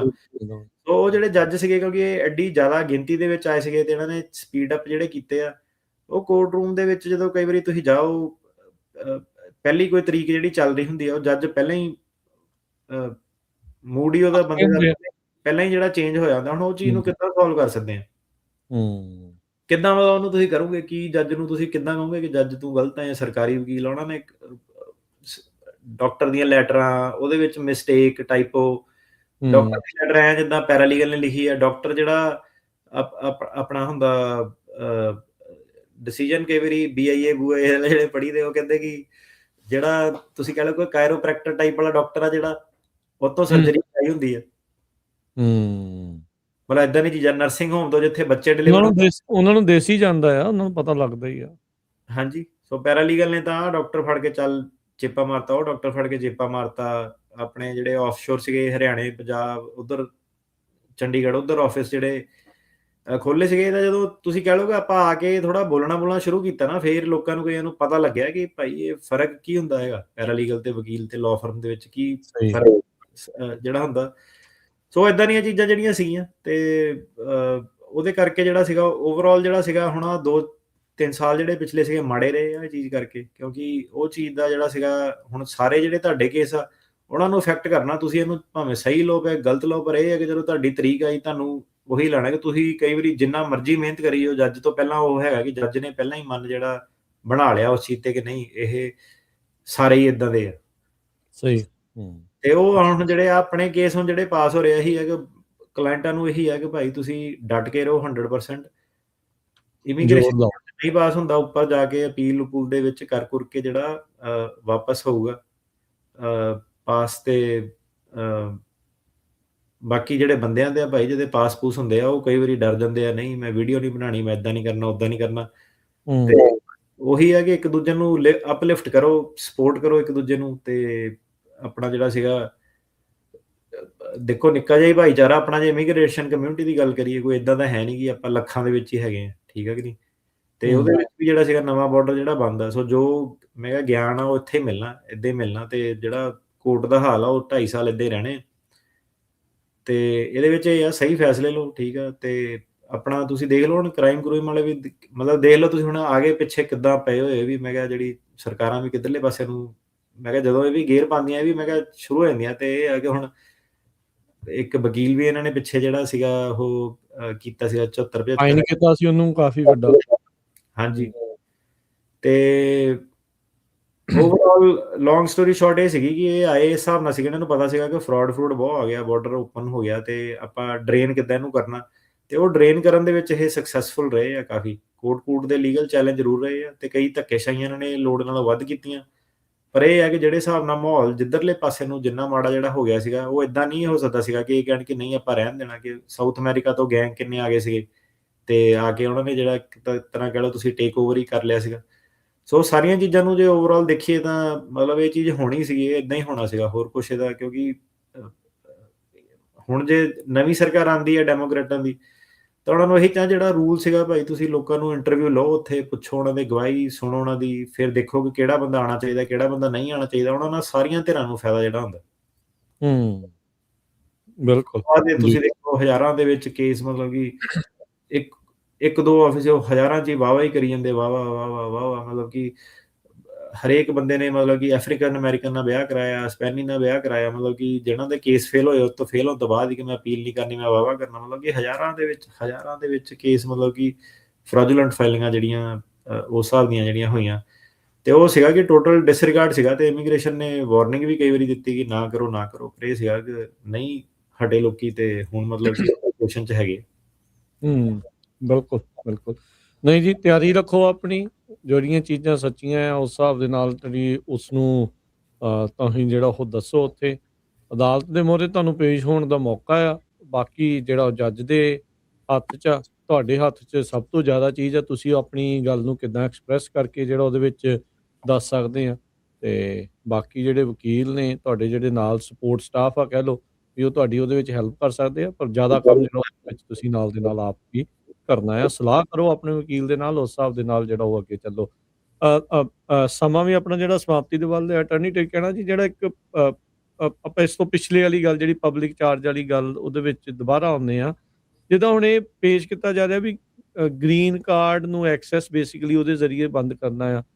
ਜੇ ਅਸਾਈਲਮ ਵਾਲਿਆਂ ਦਾ ਨਹੀਂ ਹੋ ਰਿਹਾ, ਜੇ ਉਹ ਤੋਂ ਬਾਅਦ 'ਚ ਗ੍ਰੀਨ ਕਾਰਡ ਹੋਣ ਤੋਂ ਬਾਅਦ 'ਚ ਉਹਨਾਂ ਦੀਆਂ ਫੈਮਿਲੀਜ਼ ਦੇ ਉੱਤੇ ਹੀ ਅਸਰ ਪੈਣਾ ਜਾਂ ਉਹਨਾਂ ਦੇ ਉੱਤੇ ਅਸਰ ਪੈਣਾ, ਇਹਦੇ ਵਿੱਚ ਹੁਣ ਮੈਂ ਥੋੜ੍ਹਾ ਜਿਹਾ ਇਸ ਦੇ ਵਿੱਚ ਕਨਫਿਊਜ਼ਡ ਆ। ਜਿੱਦਾਂ ਦੀਆਂ ਹੈਡਲਾਈਨਸ ਤੇ ਜਿੱਦਾਂ ਦੀਆਂ ਗੱਲਾਂ ਆ ਰਹੀਆਂ ਜਾਂ ਉਹਨਾਂ ਦੇ ਬਿਆਨ ਆ ਰਹੇ ਆ, ਉਹ ਇਹ ਕਹਿ ਰਹੇ ਆ ਵੀ ਗ੍ਰੀਨ ਕਾਰਡਸ ਨੂੰ ਰਿਸਟ੍ਰਿਕਸ਼ਨ ਹੋ ਜੂਗੀ ਇਮੀਗ੍ਰੈਂਟਸ ਦੇ ਲਈ ਜੋ ਪਬਲਿਕ ਅਸਿਸਟੈਂਸ ਦੇ ਉੱਤੇ ਆ। ਤੇ ਜਿੱਦਾਂ ਤੁਸੀਂ ਕਹਿ ਰਹੇ ਵੀ ਜੇ ਗ੍ਰੀਨ ਕਾਰਡ ਜੇ ਕੋਈ ਅਸਾਈਲਮ ਦੇ ਉੱਤੇ ਆ ਤੇ ਉਹ ਸਪੋਰਟ ਲੈਂਦਾ ਹੈ ਕੋਈ ਇੱਦਾਂ ਦੀ ਪਬਲਿਕ ਚਾਰਜ ਵਾਲੀ, ਤਾਂ ਉਹਨੂੰ ਉਹ ਰੋਕ ਨਹੀਂ ਸਕਦੇ। ਸੋ ਫਿਰ ਇਹਦੇ ਵਿੱਚ ਇੱਕ ਹੀ ਬਹੁਤ ਨੈਰੋ ਲੋਕਾਂ ਦੇ ਉੱਤੇ ਜਿਹੜਾ ਉਹ ਹੋਣਾ ਆ, ਕਿਹਦੇ ਉੱਤੇ ਜਿਹੜਾ I just want to clarify more ਇਹਦੇ ਤੇ। ਹਾਂਜੀ, ਜਿਹੜਾ ਅਸਾਈਲਮ ਵਾਲਾ ਰਿਫਿਊਜੀ ਵਾਲਾ ਹੁੰਦਾ ਨਾ, ਉਹਨੂੰ ਪਬਲਿਕ ਚਾਰਜ ਤੇ ਨਹੀਂ ਰੋਕ ਸਕਦੇ ਕਿਉਂਕਿ ਉਹਦਾ ਤਾਂ ਗਰਾਊਂਡ ਹੀ ਇਹ, ਉਹ ਤਾਂ ਭੱਜ ਗਿਆ ਆਪਣੀ ਕੰਟਰੀ ਤੋਂ, ਪਰਸੀਕਿਊਸ਼ਨ ਹੁੰਦੀ ਸੀ ਉਹਦੀ। ਸੋ ਜਦੋਂ ਅਸਾਈਲਮ ਦਾ ਕੇਸ ਪਾਸ ਹੋ ਜਾਂਦਾ, ਉਹ ਜਿਹੜਾ ਆਪਣੇ ਫੈਮਿਲੀ ਮੈਂਬਰ ਨੂੰ ਵੀ ਐਜ਼ ਅ ਰਿਫਿਊਜੀ ਸਟੇਟਸ ਤੇ ਮੰਗਾਉਂਦਾ 730 ਫਾਈਲ ਕਰਕੇ, ਜਿਹੜੇ ਇੰਡੀਆ 'ਚ ਹੁੰਦੇ ਆ। ਠੀਕ ਹੈ। ਪਬਲਿਕ ਚਾਰਜ ਨਹੀਂ ਲਾ ਸਕਦੇ ਇਹ। ਓਕੇ, ਠੀਕ ਹੈ। ਲਾਉਂਦੇ ਆ ਤਾਂ ਦੇਖਦੇ ਆ ਕੀ ਹੁੰਦਾ, ਪਰ ਜੋ ਰੈਗੂਲੇਸ਼ਨ ਹੈਗੀਆਂ, ਜਿਹੜੀ ਸਮਝ ਆ ਸਾਨੂੰ ਇਸ ਵੇਲੇ, ਉਹਦੇ ਹਿਸਾਬ ਨਾਲ ਨਹੀਂ ਲਾ ਸਕਦੇ। ਲਾਅ ਕੋਈ ਵੀ ਪੱਥਰ ਤੇ ਲੱਗੀ ਨਹੀਂ ਹੁੰਦੀ, ਉਹ ਚੇਂਜ ਕੀਤਾ ਜਾ ਸਕਦਾ ਕਦੀ ਵੀ। ਠੀਕ ਆ। ਤੇ ਫਿਰ ਰਿਸਟ੍ਰਿਕਸ਼ਨ ਲੱਗਣੀ ਕਿੰਨਾ ਤੇ ਆ? ਮਤਲਬ ਜੀ। ਇਹ ਥੋੜਾ ਇੱਕ ਕਨਫਿਊਜ਼ਨ ਬਣੀ ਆ ਵੀ ਫਿਰ ਰਿਸਟ੍ਰਿਕਸ਼ਨ ਹੈ ਕਿਹਨਾਂ ਤੇ? ਜਿਹੜਾ ਹੁਣ ਜਿੱਦਾਂ ਗ੍ਰੀਨ ਕਾਰਡ ਹੋਲਡਰ ਆ, ਉਹਨੇ ਆਪਣੀ ਵਾਈਫ ਨੂੰ ਸਪਾਂਸਰ ਕਰਨਾ as a green card holder F2A category ਦੇ ਵਿੱਚ, ਠੀਕ ਆ। ਹੂੰ। ਜਿਹੜਾ ਸਿਟੀਜ਼ਨ ਆ, ਉਹਨੇ ਆਪਣੇ ਸਿਬਲਿੰਗ ਨੂੰ, ਭੈਣ ਭਰਾ ਨੂੰ ਸਪਾਂਸਰ ਕਰਨਾ। ਇਹਨਾਂ ਨੇ ਵਿਆਹ ਕਰਾਣੇ, ਫਿਆਂਸੇ ਨੂੰ ਸਪਾਂਸਰ ਕਰਨਾ, ਆਪਣੇ ਮਾਪੇ ਨੂੰ ਜਿਹੜਾ ਸਪਾਂਸਰ ਕਰਨਾ। ਮਤਲਬ ਅਸਾਈਲਮ ਵਾਲੀ ਕੈਟਾਗਰੀ ਨੂੰ ਛੱਡ ਕੇ, ਜਿਹੜਾ ਹਿਊਮੈਨਿਟੇਰੀਅਨ ਵਾਲੀ ਕੈਟਾਗਰੀ ਨੂੰ ਛੱਡ ਕੇ, ਜਿਹੜੇ ਫੈਮਿਲੀ ਬੇਸਡ ਇਮੀਗ੍ਰੇਸ਼ਨ ਜਿਹੜੀਆਂ ਕੈਟਾਗਰੀਆਂ ਹੈਗੀਆਂ, ਉਹਨਾਂ ਤੇ ਇਹ ਜਿਹੜਾ ਲੱਗਣਾ ਜ਼ਿਆਦਾਤਰ। ਓਕੇ, ਹੁਣ ਇਹਦੇ ਵਿੱਚ ਆਈਏ ਇੱਕ ਕੇਸ ਸਟੱਡੀ ਦੇ ਹਿਸਾਬ ਦੇ ਨਾਲ ਵੀ, ਇੱਕ ਹਾਈਪੋਥੈਟੀਕਲ ਜਿਹੜਾ ਪਹਿਲਾਂ ਅਸਾਈਲਮ ਤੇ ਸੀ, ਉਹਨੇ ਪਬਲਿਕ ਚਾਰਜ ਲਿਆ, ਇਵੈਂਚੁਅਲੀ ਉਹਦਾ ਕੇਸ ਪਾਸ ਹੋ ਗਿਆ, ਉਹ ਗ੍ਰੀਨ ਕਾਰਡ ਹੋਲਡਰ ਜਿਹੜਾ ਉਹ ਬਣ ਗਿਆ। ਕੀ ਉਸ ਤੋਂ ਬਾਅਦ ਜਦੋਂ ਉਹ ਫੈਮਿਲੀ ਦੇ ਲਈ ਅਪਲਾਈ ਕਰਦਾ ਹੈ, ਜਿੱਦਾਂ ਤੁਸੀਂ ਕਿਹਾ ਵੀ ਜੇ ਉਹ 730 ਤੇ ਆ, ਫਿਰ ਉੱਤੇ ਨਹੀਂ ਆ, ਤੇ ਕਿ ਉਹਦੇ ਤੇ ਵੀ ਜਦੋਂ ਗ੍ਰੀਨ ਕਾਰਡ ਹੋਣ ਤੋਂ ਬਾਅਦ ਚ ਆਪਣੀ ਫੈਮਿਲੀ ਵਾਲਿਆਂ ਨੂੰ ਕਰਨ ਲੱਗਾ ਅਪਲਾਈ, ਕੀ ਉਹਦੇ ਪੁਰਾਣਾ ਯੂਜ਼ ਕੀਤਾ ਜਿਹੜਾ ਪਬਲਿਕ ਚਾਰਜ ਆ, ਉਹਦੇ ਕਰਕੇ ਵੀ ਉਹਨਾਂ ਦੇ ਕੇਸ ਦੇ ਉੱਤੇ ਅਸਰ ਪਊਗਾ? ਜਿਹੜਾ 730 ਹੁੰਦਾ ਨਾ, ਉਹ ਤੁਸੀਂ ਉਦੋਂ ਫਾਈਲ ਕਰ ਸਕਦੇ ਆ ਜਦੋਂ ਤੁਹਾਡਾ ਵਿਆਹ ਉਹਦੇ ਕੇਸ ਪਾਸ ਹੋਣ ਤੋਂ ਪਹਿਲਾਂ ਹੋਇਆ ਵਾ। ਓਕੇ, ਠੀਕ ਆ। ਠੀਕ ਹੈ, ਜਿੱਦਾਂ ਹੁਣ ਜਿਹਦਾ ਕਿਸੇ ਦਾ ਅਸਾਈਲਮ ਦਾ ਕੇਸ ਚੱਲਦਾ, ਉਹਦਾ ਗ੍ਰਾਂਟ ਹੋ ਜਾਂਦਾ, ਉਹ ਉਸ ਤੋਂ ਬਾਅਦ ਵਿਆਹ ਕਰਾਂਦਾ, ਉਹ ਆਪਣੀ ਫੈਮਿਲੀ ਨੂੰ ਆਪ ਗ੍ਰੀਨ ਕਾਰਡ ਹੋ ਕੇ ਹੀ ਮੰਗਾ ਸਕਦਾ ਹੈਗਾ, ਜਾਂ ਸਿਟੀਜ਼ਨ ਹੋ ਕੇ। ਸੋ ਫੈਮਿਲੀ ਬੇਸਡ ਕੈਟਾਗਰੀ ਦੇ ਵਿੱਚ ਆ ਜਾਂਦੀ ਹੈ। ਆ ਜਾਂਦਾ। ਉਹ ਕੀ ਕਹਿੰਦੇ ਆ ਕਿ ਉਹਨਾਂ ਨੇ ਕੋਈ ਵੀ ਇਦਾਂ ਦਾ ਰੂਲ ਨਹੀਂ ਰੱਖਿਆ ਕਿ ਕਿਹੜਾ ਵਾਲਾ ਬੈਨੀਫਿਟ ਜਿਹੜਾ ਆਊਗਾ ਕਿ ਨਹੀਂ ਆਊਗਾ। ਉਹ ਕਹਿੰਦੇ ਕਿ ਟੋਟੈਲਿਟੀ ਆਫ ਸਰਕਮਸਟੈਂਸ ਆਪਾਂ ਜਿਹੜੇ ਦੇਖਣੇ ਆ। ਜਿਹੜਾ ਅਸਾਈਲੀ ਬੰਦਾ ਹੈਗਾ, ਉਹ ਜਾਣ ਬਚਾਉਣ ਲਈ ਇੱਥੇ ਆਇਆ, ਕੋਈ ਉਹਦੀ ਰਿਕੁਆਇਰਮੈਂਟ ਨਹੀਂ ਹੈਗੀ ਕਿ ਸਿਰਫ ਡਿਗਰੀ ਵਾਲਾ ਬੰਦਾ ਅਸਾਈਲੀ ਆਵੇ ਜਾਂ ਸਕਿੱਲ ਵਾਲਾ ਆਵੇ। ਤਾਂ ਕਰਕੇ ਅਸਾਈਲਮ ਵਾਲੇ ਬੰਦੇ ਨੇ ਜਿਹੜੀ ਚੀਜ਼, ਜਿਹੜੇ ਵੀ ਬੈਨੀਫਿਟ ਲਏ ਹੁੰਦੇ ਆ, ਉਹ ਅਸਾਈਲਮ ਵਾਲਾ ਬੰਦਾ ਖੁਦ ਕਦੀ ਅਮਰੀਕਾ ਦੇ ਉੱਤੇ ਪਬਲਿਕ ਚਾਰਜ ਨਹੀਂ ਬਣਦਾ ਹੈਗਾ। ਜਦੋਂ ਉਹ 730 ਕਰਕੇ ਆਪਣੇ ਰਿਫਿਊਜੀ ਸਟੇਟਸ ਦੇ ਉੱਤੇ ਆਪਣੀ ਫੈਮਿਲੀ ਨੂੰ ਬੁਲਾਉਂਦਾ ਹੈਗਾ, ਉਹ ਵੀ ਪਬਲਿਕ ਚਾਰਜ ਨਹੀਂ ਬਣਦੇ ਹੈਗੇ। ਪਰ ਹੁਣ ਉਹ ਡਿਫਰੈਂਟ ਗੱਲ ਹੈ ਕਿ ਹੁਣ ਬੰਦਾ ਗ੍ਰੀਨ ਕਾਰਡ ਹੋਲਡਰ ਹੋ ਗਿਆ, ਸਿਟੀਜ਼ਨ ਹੋ ਗਿਆ, ਉਹ ਜਦੋਂ ਫੈਮਿਲੀ ਬੇਸਡ ਦੇ ਵਿੱਚ ਆਪਣੀ ਫੈਮਿਲੀ ਨੂੰ ਬੁਲਾਉਂਦਾ, ਉੱਥੇ ਵਾਈਫ ਨੂੰ, ਘਰਦਿਆਂ ਨੂੰ, ਭੈਣ ਭਰਾ ਨੂੰ, ਤਾਂ ਉਦੋਂ ਜਿਹੜੇ ਇਹ ਇਮੀਗ੍ਰੈਂਟ ਬੰਦੇ ਜਿਹੜੇ ਹੈਗੇ, ਜਦੋਂ ਇਹ ਵੀਜ਼ੇ ਦੀ ਇੰਟਰਵਿਊ ਤੇ ਜਾਂਦੇ ਆ, ਉੱਥੇ ਅਫਸਰ ਨੇ ਦੇਖਣਾ ਕਿ ਇਹ ਜਿਹੜੇ ਇਮੀਗ੍ਰੈਂਟ ਹੈਗੇ ਆ, ਇਹ ਪਬਲਿਕ ਚਾਰਜ ਬਣੂਗੇ ਕਿ ਨਹੀਂ ਬਣੂਗੇ। ਤੇ ਉਹਦੇ ਵਿੱਚ ਉਹਨਾਂ ਨੇ ਦੇਖਣਾ ਕਿ ਇਹਨਾਂ ਦੀ ਏਜ ਕੀ ਆ। ਜੇ ਤਾਂ ਯੰਗ ਏਜ ਆ ਤਾਂ ਆਬਵੀਅਸਲੀ ਉਹ ਆ ਕੇ ਕੰਮ ਕਰੂਗੇ, ਹਨਾ, ਜੇ 30 ਸਾਲ 40 ਸਾਲ। ਜੇ ਉਹ ਜ਼ਿਆਦਾ ਉਮਰ ਦੇ 70 ਸਾਲ 75 ਸਾਲ, ਤਾਂ ਜ਼ਾਹਿਰ ਜੀ ਗੱਲ ਆ ਕਿ ਮੈਡੀਕਲ ਕੰਡੀਸ਼ਨ ਵੀ ਹੋਊਗੀਆਂ। ਸੋ ਇਹ ਕਹਿੰਦੇ ਕਿ ਆਪਾਂ ਟੋਟੈਲਿਟੀ ਦੇਖਣੀ ਹੈ ਕਿ ਇਹਨਾਂ ਨੂੰ ਮੈਡੀਕਲ ਕੰਡੀਸ਼ਨ ਕੀ ਹੈ, ਇਹਨਾਂ ਦੀ ਹੈਲਥ ਕਿੱਦਾਂ ਵਾ, ਇਹਨਾਂ ਨੇ ਕੰਮ ਕਰਨਾ ਕਿ ਨਹੀਂ ਕਰਨਾ, ਇਹਨਾਂ ਦੇ ਐਸੈਟਸ ਕਿੰਨੇ ਆ, ਪੈਸੇ ਕਿੰਨੇ ਆ ਇਹਨਾਂ ਦੇ ਕੋਲ, ਤੇ ਸਪਾਂਸਰ ਜਿਹੜਾ ਹੈਗਾ, ਜਿਹਨੇ ਫਾਈਲ ਕੀਤੀ ਆ, US ਸਿਟੀਜ਼ਨ ਨੇ ਜਾਂ ਗ੍ਰੀਨ ਕਾਰਡ ਹੋਲਡਰ ਨੇ, ਉਹਦੇ ਐਸੈਟਸ ਵਗੈਰਾ ਕੀ ਹੈਗੇ ਆ। ਠੀਕ ਹੈ ਜੀ। ਸੋ ਬਿਲਕੁਲ, ਸੋ ਜਿੱਦਾਂ ਤੁਸੀਂ ਕਿਹਾ ਵੀ ਆਉਂਦੇ ਸਮੇਂ ਦੇ ਵਿੱਚ ਜਿਹੜਾ ਇਵੈਂਚੁਅਲੀ ਆ ਉਹ ਪਤਾ ਲੱਗੇਗਾ ਜੇ ਇਹਦੇ ਵਿੱਚ ਹੋਰ ਕਿਹੜੇ ਲੋਕਾਂ ਨੂੰ ਇਹਨਾਂ ਨੇ ਇਨਵੋਲਵ ਕਰਨਾ ਇਸ ਦੇ ਵਿੱਚ ਜਿਹੜਾ ਉਹ ਚਾਹੁੰਦੇ ਆ। ਪਰ ਹਾਲ ਦੀ ਘੜੀ ਜਿੱਦਾਂ ਤੁਸੀਂ ਦੱਸਿਆ ਵੀ ਲਾਅ ਦੇ ਹਿਸਾਬ ਦੇ ਨਾਲ ਇਹ ਵਾਲੇ ਲੋਕਾਂ ਦੇ ਅਸਰ ਜਿਹੜਾ ਉਹ ਨਹੀਂ ਜਿਹੜਾ ਉਹ ਹੋਵੇਗਾ। ਸਟੂਡੈਂਟ ਵੀਜ਼ੇ ਦੀ ਵੀ ਜਿਹੜੀ ਰੀਸੈਂਟਲੀ ਚੱਲੀ ਸੀ ਵੀ ਮਿਆਦ ਜਿਹੜੀ ਡਿਊਰੇਸ਼ਨ ਵਾਲੀ ਆ, ਉਹ ਡਿਊਰੇਸ਼ਨ ਨੂੰ ਜਿਹੜਾ ਘੱਟ ਕਰਕੇ ਇੱਕ ਪੱਕਾ ਲਿਮਿਟ ਜਿਹੜਾ ਉਹ ਕਰ ਰਹੇ ਹੈਗੇ ਆ। ਉਹ ਸਾਰੀਆਂ ਚੀਜ਼ਾਂ ਰੀਸੈਂਟਲੀ ਇਹਨਾਂ ਨੇ ਪਿਛਲੇ ਵੀਕ ਦੇ ਵਿੱਚ ਹੀ ਕਿਹਾ ਸੀ ਵੀ 10,000 ਅਜਿਹੇ ਸਟੂਡੈਂਟ ਵੀਜ਼ੇ ਵਾਲੇ ਸਾਨੂੰ ਪਤਾ ਲੱਗੇ ਵੀ ਜਿਹੜੇ ਨਕਲੀ ਇੱਕ ਹਿਸਾਬ ਦੇ ਨਾਲ ਥਾਵਾਂ ਦੇ ਉੱਤੇ ਕੰਮ ਕਰ ਰਹੇ ਆ, ਵੀ ਉਹਦਾ ਵੀ ਰੌਲਾ ਰੱਪਾ ਜਿਹੜਾ ਉਹ ਪੈ ਰਿਹਾ ਆ। ਸੋ ਸਟੂਡੈਂਟ ਵੀਜ਼ੇ ਦੇ ਉੱਤੇ ਵੀ ਹੁਣ ਇਹਨਾਂ ਦੀ ਐਨਫੋਰਸਮੈਂਟ ਸਖਤ ਹੋ ਰਹੀ ਆ। ਹਾਂਜੀ, ਹੁਣ ਸਟੂਡੈਂਟ ਦਾ ਦੇਖੋ, ਜਿਹਨਾਂ ਕੋਲ ਨਹੀਂ ਪੈਸੇ ਹੁੰਦੇ ਸੀਗੇ ਉਹ ਸਾਈਡ ਜੌਬ ਕਰਦੇ ਸੀਗੇ, ਜਿਹਨਾਂ ਨੂੰ ਨਹੀਂ ਤਾਂ 20 ਘੰਟੇ ਕੈਂਪਸ ਤੇ ਜਿੱਦਾਂ ਜੌਬ ਮਿਲ ਜਾਂਦੀ ਹੈ ਸਟੂਡੈਂਟ ਨੂੰ, ਜਦੋਂ ਉਹ ਸਕੂਲ ਵਾਲਿਆਂ ਨੂੰ ਦੱਸਦਾ। ਹੁਣ ਸਾਰਿਆਂ ਨੂੰ ਤਾਂ ਮਿਲਣੀ ਨਹੀਂ, ਜੇ ਹਜ਼ਾਰਾਂ 'ਚ ਸਟੂਡੈਂਟ ਆਉਂਦੇ ਆ, ਤੇ ਕਈ ਬਾਹਰ ਵੀ ਜ਼ਾਹਿਰ ਜੀ ਗੱਲ ਆ ਕੰਮ ਕਰਦੇ ਹੋਣਗੇ ਕੈਸ਼ ਵਗੈਰਾ ਤੇ ਉਹ ਹੁਣ ਮਤਲਬ ਇਹ ਤਾਂ ਅਮਰੀਕਾ ਦਾ ਜਿਹੜਾ ਤੁਸੀਂ ਕਹਿ ਲਓ ਕਿ ਦਸਤੂਰ ਜਿਹੜਾ ਹੈਗਾ, ਇਹ ਹੁਣ ਦਾ ਇਹ ਕਈ ਦਹਾਕਿਆਂ ਤੋਂ ਜਿਹੜਾ ਸੀਗਾ ਇੱਦਾਂ ਦਾ ਰਿਹਾ ਹੈਗਾ। ਤੇ ਹਰੇਕ ਬੰਦਾ ਕੈਂਪਸ 'ਚ ਜੌਬ ਕਰਨ ਲਈ ਐਲੀਜੀਬਲ ਵੀ ਹੁੰਦਾ। ਤੁਹਾਨੂੰ ਸਕਿੱਲ ਵੀ ਚਾਹੀਦੀ ਆ, ਇੰਗਲਿਸ਼ ਆਉਣੀ ਚਾਹੀਦੀ ਆ, ਉੱਥੇ ਜਿਹੜਾ ਸੀਗਾ ਲੋਕਾਂ ਨਾਲ ਡੀਲਿੰਗ ਆਉਣੀ ਚਾਹੀਦੀ ਆ। ਜੌਬਸ ਤਾਂ ਔਨ ਕੈਂਪਸ ਤਾਂ ਹੁਣ ਸਟੂਡੈਂਟ ਦੀ ਹੈਲਪ ਵਾਲੀਆਂ ਜੌਬਸ ਮਿਲਣੀਆਂ ਨਾ। ਤੇ ਇਹਦੇ ਵਿੱਚ ਫਿਰ ਇਹਨਾਂ ਨੇ CPT, ਮਤਲਬ ਇਹ H1B ਤੇ ਨਹੀਂ ਜਾਂਦੇ ਸੀ, ਤੇ CPT ਪ੍ਰੋਗਰਾਮ ਕਿ ਹੋਰ ਕਿੱਦਾਂ ਸ਼ਾਰਟਕਟ ਕਿੱਦਾਂ ਕਰਨੇ ਆ। ਹਰੇਕ ਕਿੱਤੇ ਦੇ ਵਿੱਚ ਤੁਸੀਂ ਕਹਿ ਲਓ ਕਿ ਕੋਈ ਨਾ ਕੋਈ ਸ਼ਾਰਟਕਟ ਕੁਛ ਨਾ ਕੁਛ ਹੁੰਦਾ ਹੀ ਆ, ਜਿਹਨੂੰ ਗਵਰਨਮੈਂਟ ਜਿਹੜੀ ਰੈਗੂਲੇਟ ਕਰਦੀ ਆ। ਤੇ ਹੁਣ ਇਹਨਾਂ ਨੇ ਬੇਸਿਕਲੀ ਇਹੀ ਕਿਹਾ ਕਿ ਸਟੂਡੈਂਟ ਦੀ ਜਿਹੜੀ ਸੀਗੀ ਕਿ ਜਿੰਨੀ ਦੇਰ ਦੀ ਉਹਨਾਂ ਨੂੰ ਐਡਮਿਸ਼ਨ ਦਿੱਤੀ ਹੈ, ਜਿਹਨਾਂ ਨੂੰ 6 ਮਹੀਨੇ ਦਾ ਪ੍ਰੋਗਰਾਮ ਦਾ 6 ਮਹੀਨੇ ਦਿੱਤੀ ਹੈ, ਤਾਂ ਉੱਥੇ ਉਹਦਾ ਸਟੇਟਸ ਜਿਹੜਾ ਖਤਮ ਹੋ ਜਾਂਦਾ। ਇਮੀਗ੍ਰੇਸ਼ਨ ਨੂੰ ਕੋਈ ਹੋਰ ਚਿੱਠੀ ਪੱਤਰ ਦੇਣ ਦੀ ਜਿਹੜੀ ਲੋੜ ਨਹੀਂ ਹੈਗੀ।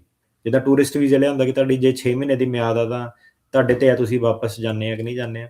ਸੋ ਉਹ ਚੀਜ਼ ਇਹਨਾਂ ਨੇ ਕਲੈਰੀਫਾਈ ਕੀਤੀ ਹੈ। ਪਹਿਲਾਂ ਸੀਗਾ ਡਿਊਰੇਸ਼ਨ ਆਫ ਸਟੇਟਸ ਕਿ ਉਹ ਇੱਥੇ ਆ ਜਾਂਦੇ ਸੀਗੇ, ਪੜ੍ਹਦੇ ਰਹਿੰਦੇ ਸੀ, ਜੇ ਆਊਟ ਆਫ ਸਟੇਟਸ ਹੋ ਗਏ ਅਤੇ ਇਮੀਗ੍ਰੇਸ਼ਨ ਜਦ ਤੱਕ ਉਹਨਾਂ ਨੂੰ ਕਹਿੰਦੀ ਨਹੀਂ ਸੀ ਤੁਸੀਂ ਆਊਟ ਆਫ ਸਟੇਟਸ ਅਨਲawful ਪ੍ਰੈਜ਼ੈਂਟ ਆ, ਅਤੇ ਉਹਨਾਂ ਨੂੰ ਕੋਈ ਪ੍ਰੋਬਲਮ ਨਹੀਂ ਆਉਂਦੀ ਸੀ।